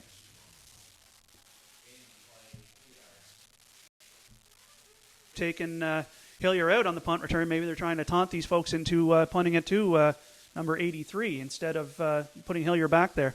So Kyle Scott in there to receive this punt. Lamming angles it. Scott's underneath it now. Has it at midfield. Scott now down the sideline. Big time tackle there by Tunning. And he gets it just over the 40-yard line. So a little gamesmanship from Holland College. There's Hillier coming on the field now, leaving another returner out to see if they would punt to them. They did so, and to good effect for Holland College, getting that up to the 42-yard line of St. John.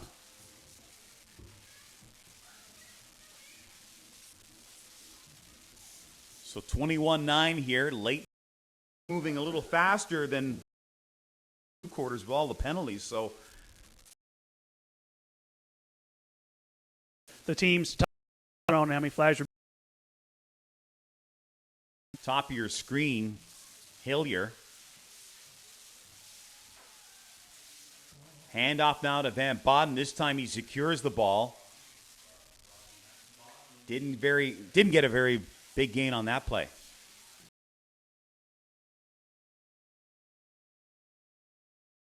Trust your offense that they can make these second and long plays. Play action now. Sianchuk gets it to Hallowell. Hallowell just short of a first down. Great play there by Dakota Lutz on St. John to keep up with Hallowell and make the play.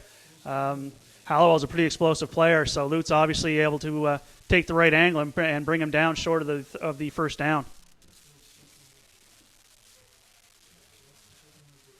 So they're going for it here on third down. Oh yeah, and you might as well. It's 3rd and 3 inside the other team's 40-yard line. You might as well go for it. Play action again. They swing this one out, an incomplete pass that sailed over the head of Scott. And now St. John will take over at the 33-yard line. Yeah, and I really like that call. I mean, it didn't work out for them, but I do really like that call, trying to swing that out there in the open space with 3 yards to gain, only needing 3 yards to gain. Good idea, just bad execution on that play. So St. John should feel very fortunate because Holland College, they've had this ball deep in Seawolves territory a couple of times here in this second quarter, and they've only given up the 1 touchdown. So, yeah, definitely. I mean, this ball has been in the St. John half of the field the whole quarter, and again, as you said, only 1 touchdown given up. So Galbraith trying to get something going for St. John. He's going to throw once again. Swings that one out. Oh, nice play right there by Josh Palmer. Got up and knocked that one down. Almost had an interception. Yeah, that was almost Josh Palmer's second pick 6 of the season. Boy, that ball had just been a little lower. He would have had that and been gone. There was no one between him and that end zone. Palmer's had a very impressive game here today.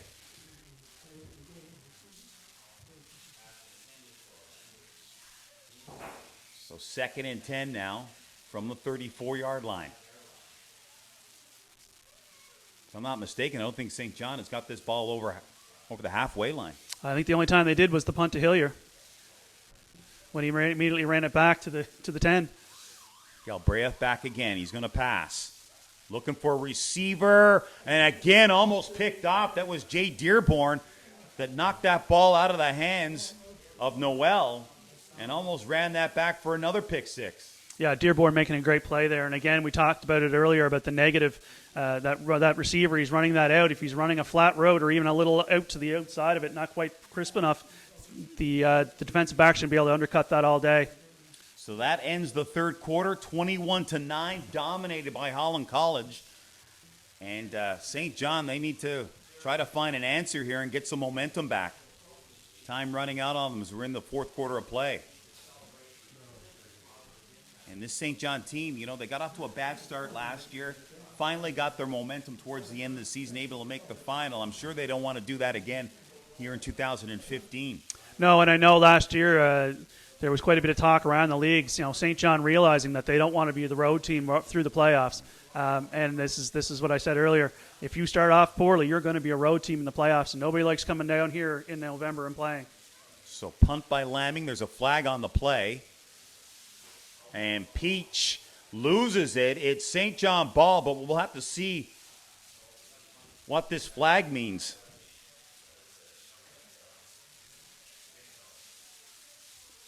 Special teams, we talked about it. A lot of teams in this league, they don't have the time to practice special teams, and you can really see that here today. A number of mistakes on special teams.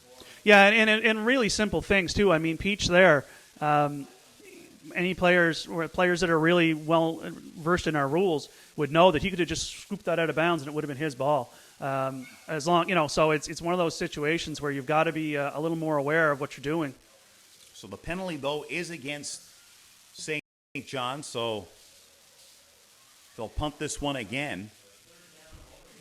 And, I mean, the St. John coach now, he's got to be losing his mind. I mean, this is another time where a penalty stops them from taking over on a big play. The coach has got to be losing his mind at this point in terms of special teams really hurting this team. Hillier back there around midfield looking for that ball, and it gets punted out of bounds at the halfway line. So the gamesmanship continuing a little bit there. Hillier back and the St. John team wanting nothing to do with him, kicking it out of bounds right at the center.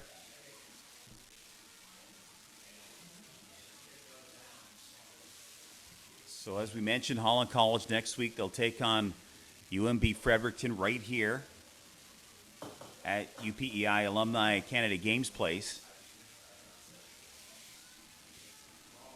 And UNB Fredericton, I'll be interested to see how their score ends up today against Halifax, to see what, they put 37 points on this St. John team, and that looks more and more impressive as this game goes on. Hallowell gains about 3 or 4 yards there.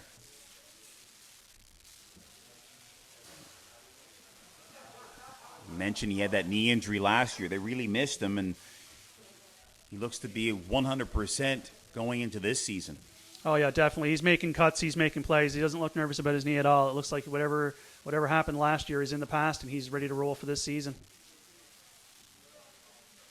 Brings up second down now and about 8. Sianchuk now rolling out to his left, looking for a receiver. Going to use his feet again. He gets knocked out of bounds.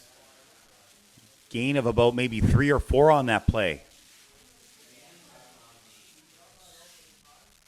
Yeah, and that play there, he just took what he could get and get out of bounds. So he did take a little hit, but it looks like he's pretty safe. Got a note, but for these players coming down here, those benches, the sidelines here on this field are fairly narrow. Players have to be aware when they're running out of bounds. If they're running towards their own sideline, if their players are there, so are those benches. Right. That's what we saw over here when Tunning got taken over the bench there on the St. John's side by Dearborn. Yeah, exactly. Players have to be a little aware of that running out of bounds. If they're going to take that last hit, they might end up in a bench.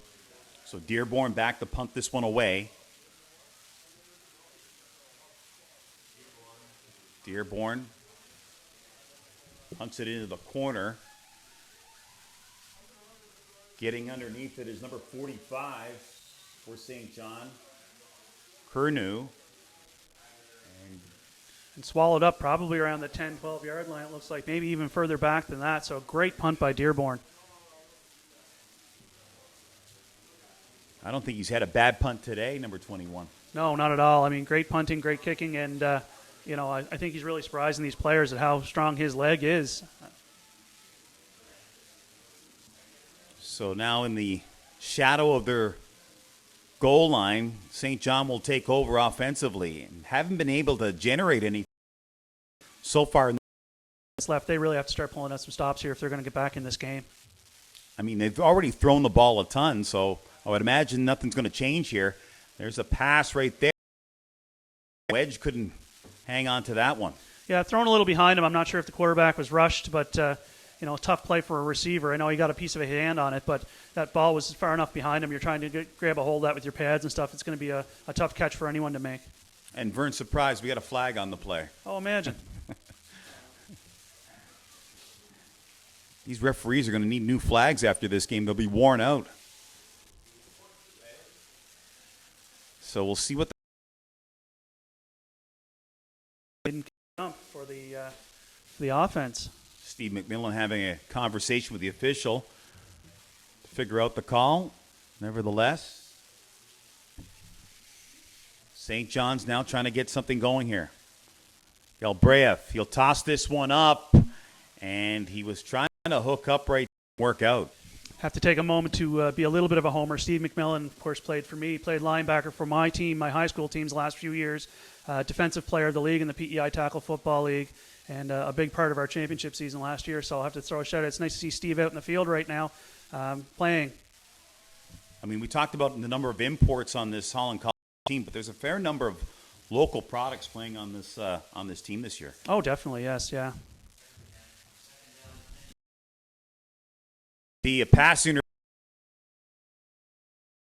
it's considered, and I see the coach has probably just received a flag as well for arguing that. But looked like he might have had a good shot at that interception. And, in this league, I know that they talk about, the pros, maybe a receiver is able to be hit like that. But in this league here, the refs are going to call unnecessary roughness on that play every time. By the letter of the law, that might be a legal hit, but this is college football in Atlantic Canada. The refs are not going to deal with that. and it looked like they could have had an interception, but they were intent, or at least Richardson was intent on making contact there. And then, as you said, a flag coming along the sideline. Somebody said something to the official right there, an unsportsmanlike conduct. So again, we'll see where this ball is placed, and it's going to be at the 50-yard line of St. John.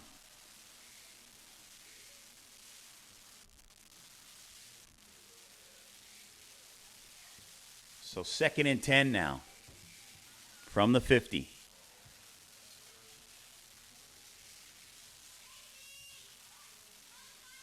Galbraith going to throw again.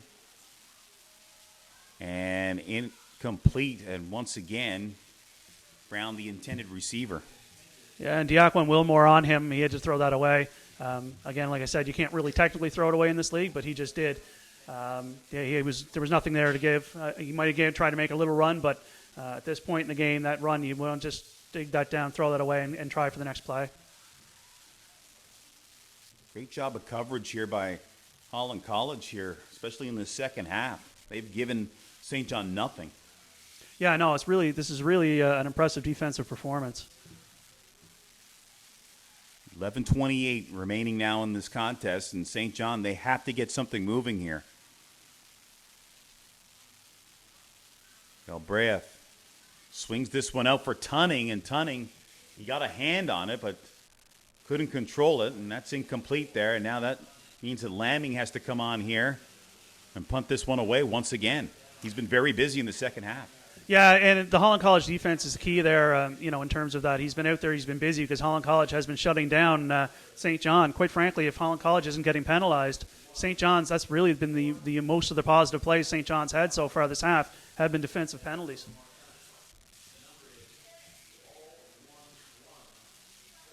So Lamming back to punt it. Hillier out there once again to receive it for Holland College. 11:03 remaining now in the second half, and that was a short punt. And Holland College will take over from around the 35-yard line. Yeah, a little pooch punt trying to keep that away from Hillier and keep it on the short side of the field. Worked for them, so now they've got Holland College starting on a 35. Nice play there by the punter. Anything else would have been leaving Hillier with the wide side of the field wide open.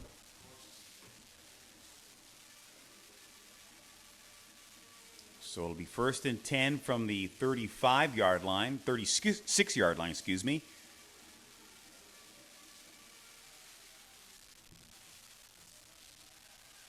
Receivers in motion now for Holland College. Pitch it out to Hallowell. Hallowell down that right sideline. He's Big got block room. by Hillier. Huge block right there. And that is deep in St. John territory. Nice run there by Hallowell. Boy, when he first took that ball, he looked like he was being pretty loose with it. He was holding it fairly far out there, but tucked it in, took the big run. Nice play. That takes some more time off the clock.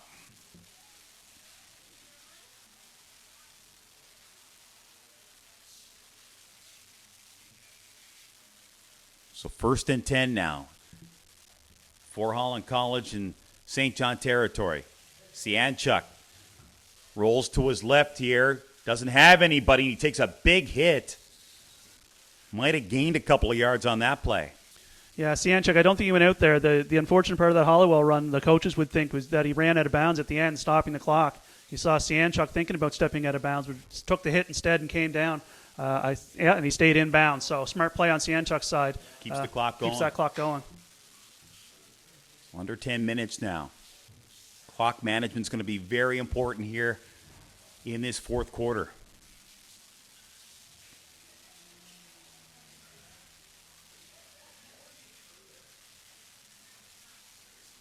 Sianchuk back in the pocket. Tosses this one out. Gets it to Hillier.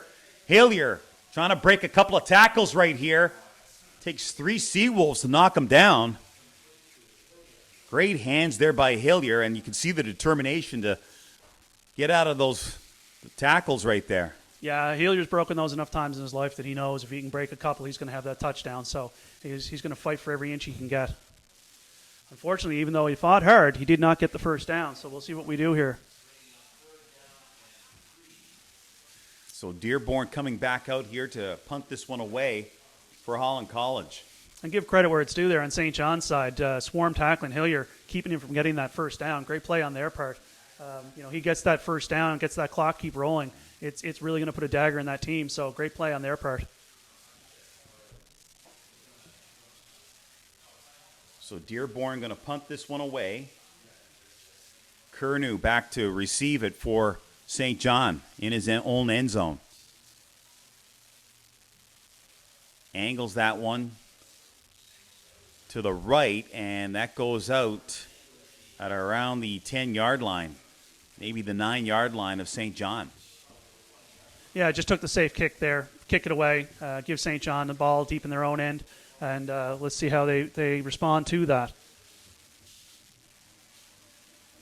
So Galbraith back out there again now. Time running out on St. John to get something going here. Down 21-9, 8:30 remaining in the fourth quarter.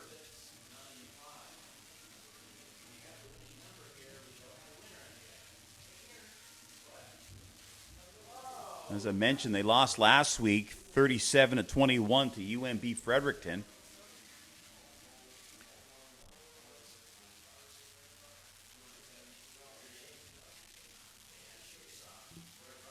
Galbraith drops back, looking for a receiver, looking for Brown again, and had to make the adjustment there on that ball and couldn't quite get to it. Dearborn with tight coverage there actually probably had a better shot at that ball than Brown did on that play. It was Brown was actually pretty lucky that Dearborn didn't turn around and pull that one in. Very impressed with Jay Dearborn. What a game he's had here today. Yeah, very much so. Yeah, just probably player of the game, would you think? I would think so, yeah. I mean, that pick six, he's been fantastic punting the ball here today. And his kickoffs really caused St. John no end of trouble at the start, pinning them back several times when they mishandled them. So 2nd and 10 now for St. John. Galbraith throwing this one out. Nice catch right there. I believe that's Brown with the reception. It is Brown. And he gets that one over center field right here, midfield. Big reception there for St. John. And great hands by Brown on that play. I mean, the Holland College back got a piece of it, redirected the ball, and Brown able to pull that in anyway. And in stride, didn't even break stride as he did it. Fantastic play on his part. Galbraith and Brown, they've tried to hook up several times here. They've had a little bit of success. That was a big gain right there for St. John. Passed out right here to Noel in the flat. And he gets to about the 50-yard line of Holland College. Again, Dearborn on the play, making that quick tackle to stop a big gain. Another great play by Dearborn on a nice pass and catch from St. John team.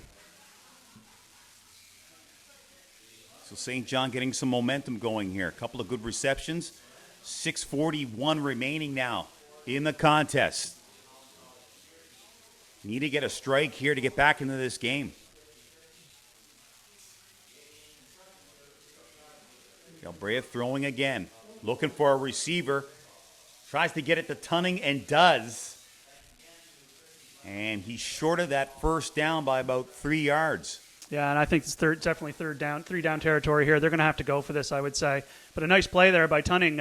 Actually would have had the first down, but had to come back and help his quarterback out. Good awareness on his part to come back. Probably, his coach probably would like to see him try and get out of bounds there, but he didn't have any choice the way that ball was thrown. So they're going to go for it here on 3rd down.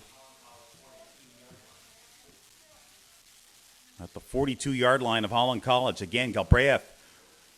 He's scrambling, looking for somebody to throw it to, and almost picked off right there. As number 22, Sertle. He got his mitts on that one and knocked it down. And again, Diaquan Wilson in on the play, breaking through the line and chasing that quarterback, carrying him out into a bad throw. So again, another wasted opportunity there for St. John. Got a little momentum going there on that drive, but just simply can't finish it. Yeah, and the Holland College defense on that play. I mean, I think everyone knew at the time that was going to be a pass play. Might have been a good time for a run for St. John, but the defensive front's been so stout in college. It's going to be a pass play. The players playing back, watching the quarterback, and breaking on the ball as it was thrown. So now the Hurricanes go back on off. Gets it close to the 50-yard line of Holland College. Yeah, another, it's a smart play. It's a good play for the Holland College team. To me right now, they're still within St. John's still within striking distance, 2 scores. 5 minutes left. There's lots of time for St. John. I think I try and put the nail in the coffin right now and get another score to get this game over with. So 2nd down and about 8 for Holland College.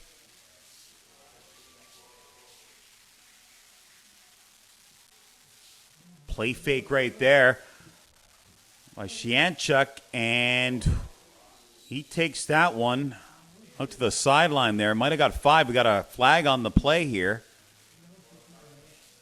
Yeah, and I didn't see what that flag was. It came early, so it wasn't late. It wasn't on the hit afterwards. It came early in the play, but either way, Shianchuk running out of bounds, stopping the clock, and probably the one thing we didn't want to do right there if you're going to play safe and run with it. Although, give credit where it's due, that was designed to be a pass play, I'm sure, and trying to push that ball downfield.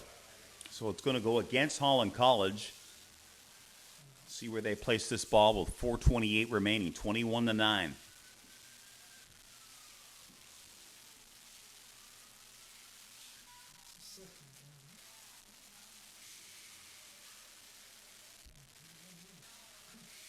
So now we're looking at 2nd and 14 for Holland College.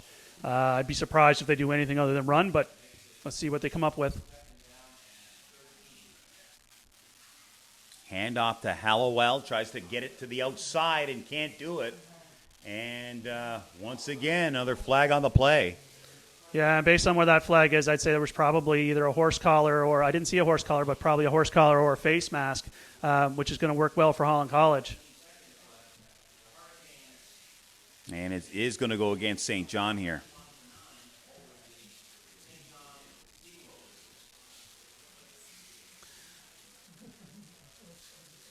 And last week, this was the case for St. John in that game against UNB Fredericton. They took a lot of penalties in that contest, and it kind of cost them. Yeah, and here, I mean, Holland College certainly the more penalized team, but that's a bad time. The St. John defense making a great play there, sniffing that out right from the start, knowing that it was going to be the run and breaking on Hollowell, and then to have that happen, and it looks like we're going to get a first down out of that for Holland College. And the clock's still running now with 4 minutes. Really disastrous time for St. John to have a personal foul. They desperately need a turnover here. So down to 3:56 now here in the 4th quarter. Shianchuk drops back now. Here comes some pressure. And he's going to run again and takes a bit of a hit. But he keeps that clock working down here. 3:36, 3:35. They're going to stop it at 3:36 here of the 4th quarter. So fantastic play there, really knowing that hit's coming, holding on to that ball, taking the hit to try and keep the clock running. Looks like probably St. John called a timeout there to try and stop that clock. The only thing they can really do right now is try and get that clock stopped, try and get that ball back. We're looking at 2nd and short now, which falls pretty well into Holland College's wheelhouse. They can run or pass at this point. So I'm not too sure if we got a timeout here, or I guess it's a timeout. Holland College will talk things over here. Yeah, really important play right now. Time to let that team sit down, think about it, make sure everybody's on the same page coming into the huddle. Short yard, 2nd and short, close to the end of the game. This will be a big, big play for Holland College if they can pull it off. And St. John, those guys, you see them down there getting ready to go. They know this is a big play on their part too.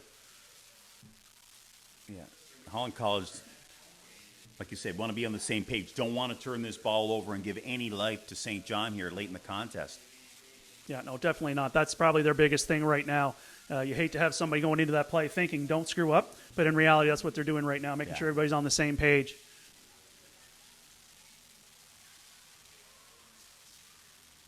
So 2nd and short here now for Holland College. Shianchuk going to air this one out and try to hook up there with Hillier.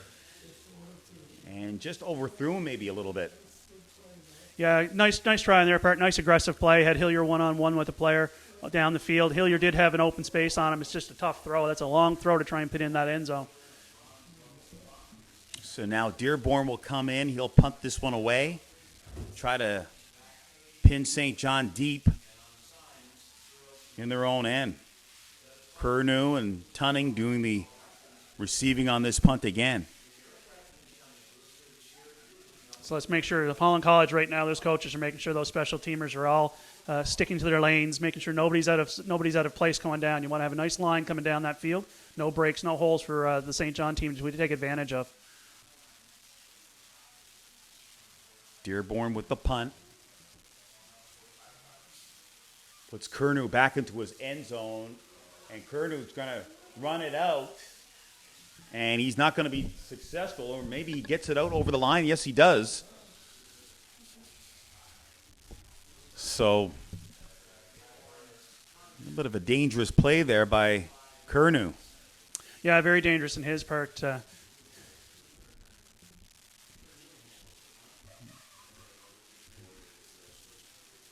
So St. John deep in their territory here. Last gasp for the Seawolves. Down 21-9. Need 2 scores, and they need them in a hurry. Yeah, and now my mistake on that last play. Curnow ran that out. He got the ball out past the end zone. So they're going to start this on the 20, taking the ball out of the field, saving themselves the 1 point.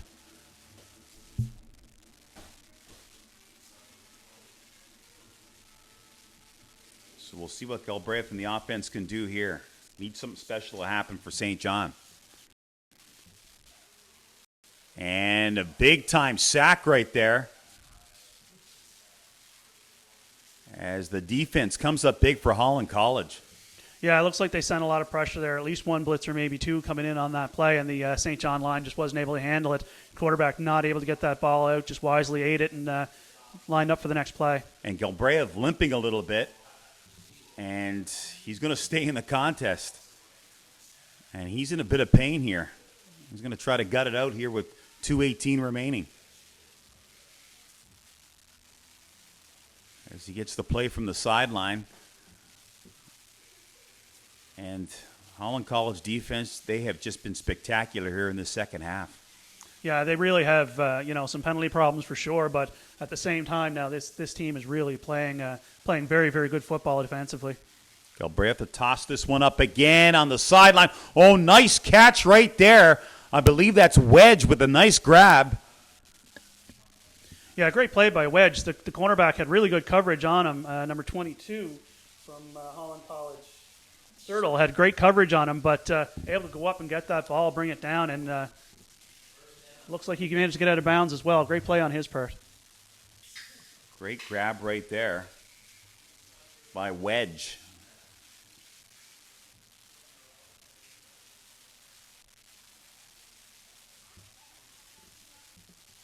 First down now and 10. There's the pass, and that's incomplete. Tried to get it to Wedge once again. Didn't work. Oh, he did catch the pass. Excellent play. 22 was all over him. Fantastic concentration to bring that ball in. I thought that hit the ground, but he did get his hands on it. So 2 receptions in a row there for Wedge. Both on tight coverage. Great play on his part. So first down now. As St. John trying to continue to move the sticks here. Now on a fumble and a miscue right there by the Seawolves off the snap. Yeah, and another miscue on the St. John. The center's been snapping low all day. The St. John quarterback, Galbraith, has been really playing well to manage to collect some of those balls, but in this case here, just no way he could pick that one up. Peter Morrell coming up big to recover that ball for St. John. So 1:35 remaining is the time running out for the St. John Sea. Second down now. Galbraith drops back, puts that ball up, and almost picked off as Giffen. He couldn't find it at all. He got turned around there. He got turned around and lost complete track of the ball. Almost gave it to Holland College. No surprise, Dearborn was on that play again in the vicinity of that ball. Yeah, Dearborn really all over the field today. Just fantastic awareness of what this quarterback's doing and able to break up plays. So 113, Holland College on the verge of going unbeaten in 13 straight games here.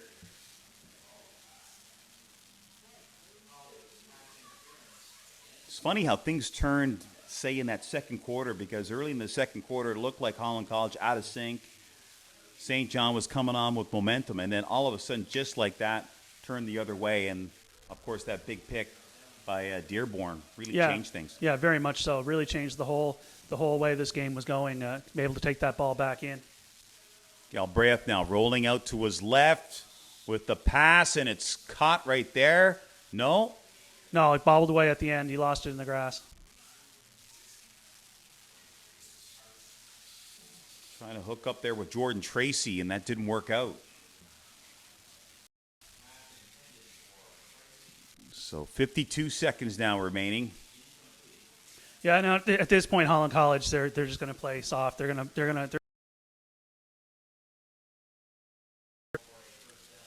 St. John going for it on third down here. They have to. They have no other choice with 52 seconds remaining. Galbraith, another low snap again. Going to put this one up, and it's picked off by Holland College. Brandon Whitman on that play. Fantastic play on his part. We always talk to our defensive backs, getting to the high point of the ball, getting up, getting those hands up and making the play, and that's exactly textbook how you do that. Get up, take the ball at its high point, and take it away from a wide receiver. So pretty safe to say that Holland College is going to come away with a victory. They're going to move to 2-0 on the season. As I mentioned, 13th game, unbeaten streak. Heading into next week when they'll take on UNB Fredericton. So, again, the defense coming up huge for Holland College. When they needed them to make a play, they made a play defensively. And really, really impressive. I mean, to have a team, we talked about the 13 wins, but now this will be 2 games in a row where they've held a team to under 2 touchdowns on defensively. Great play on their part. On a big Canadian football field, it's really hard to keep a team down. Keep them under 10 points and under 2 games in a row. Really sets up an interesting game in Fredericton next week, a team that scored 37 last week.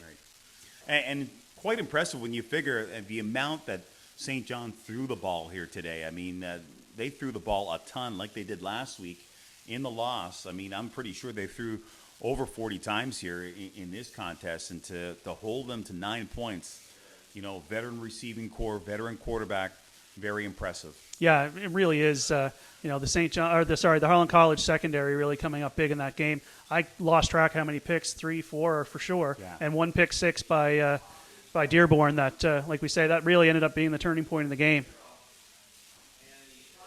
And that's going to do it, folks. They'll take a knee right here, and that does it here at UPI Alumni Canada Games Place.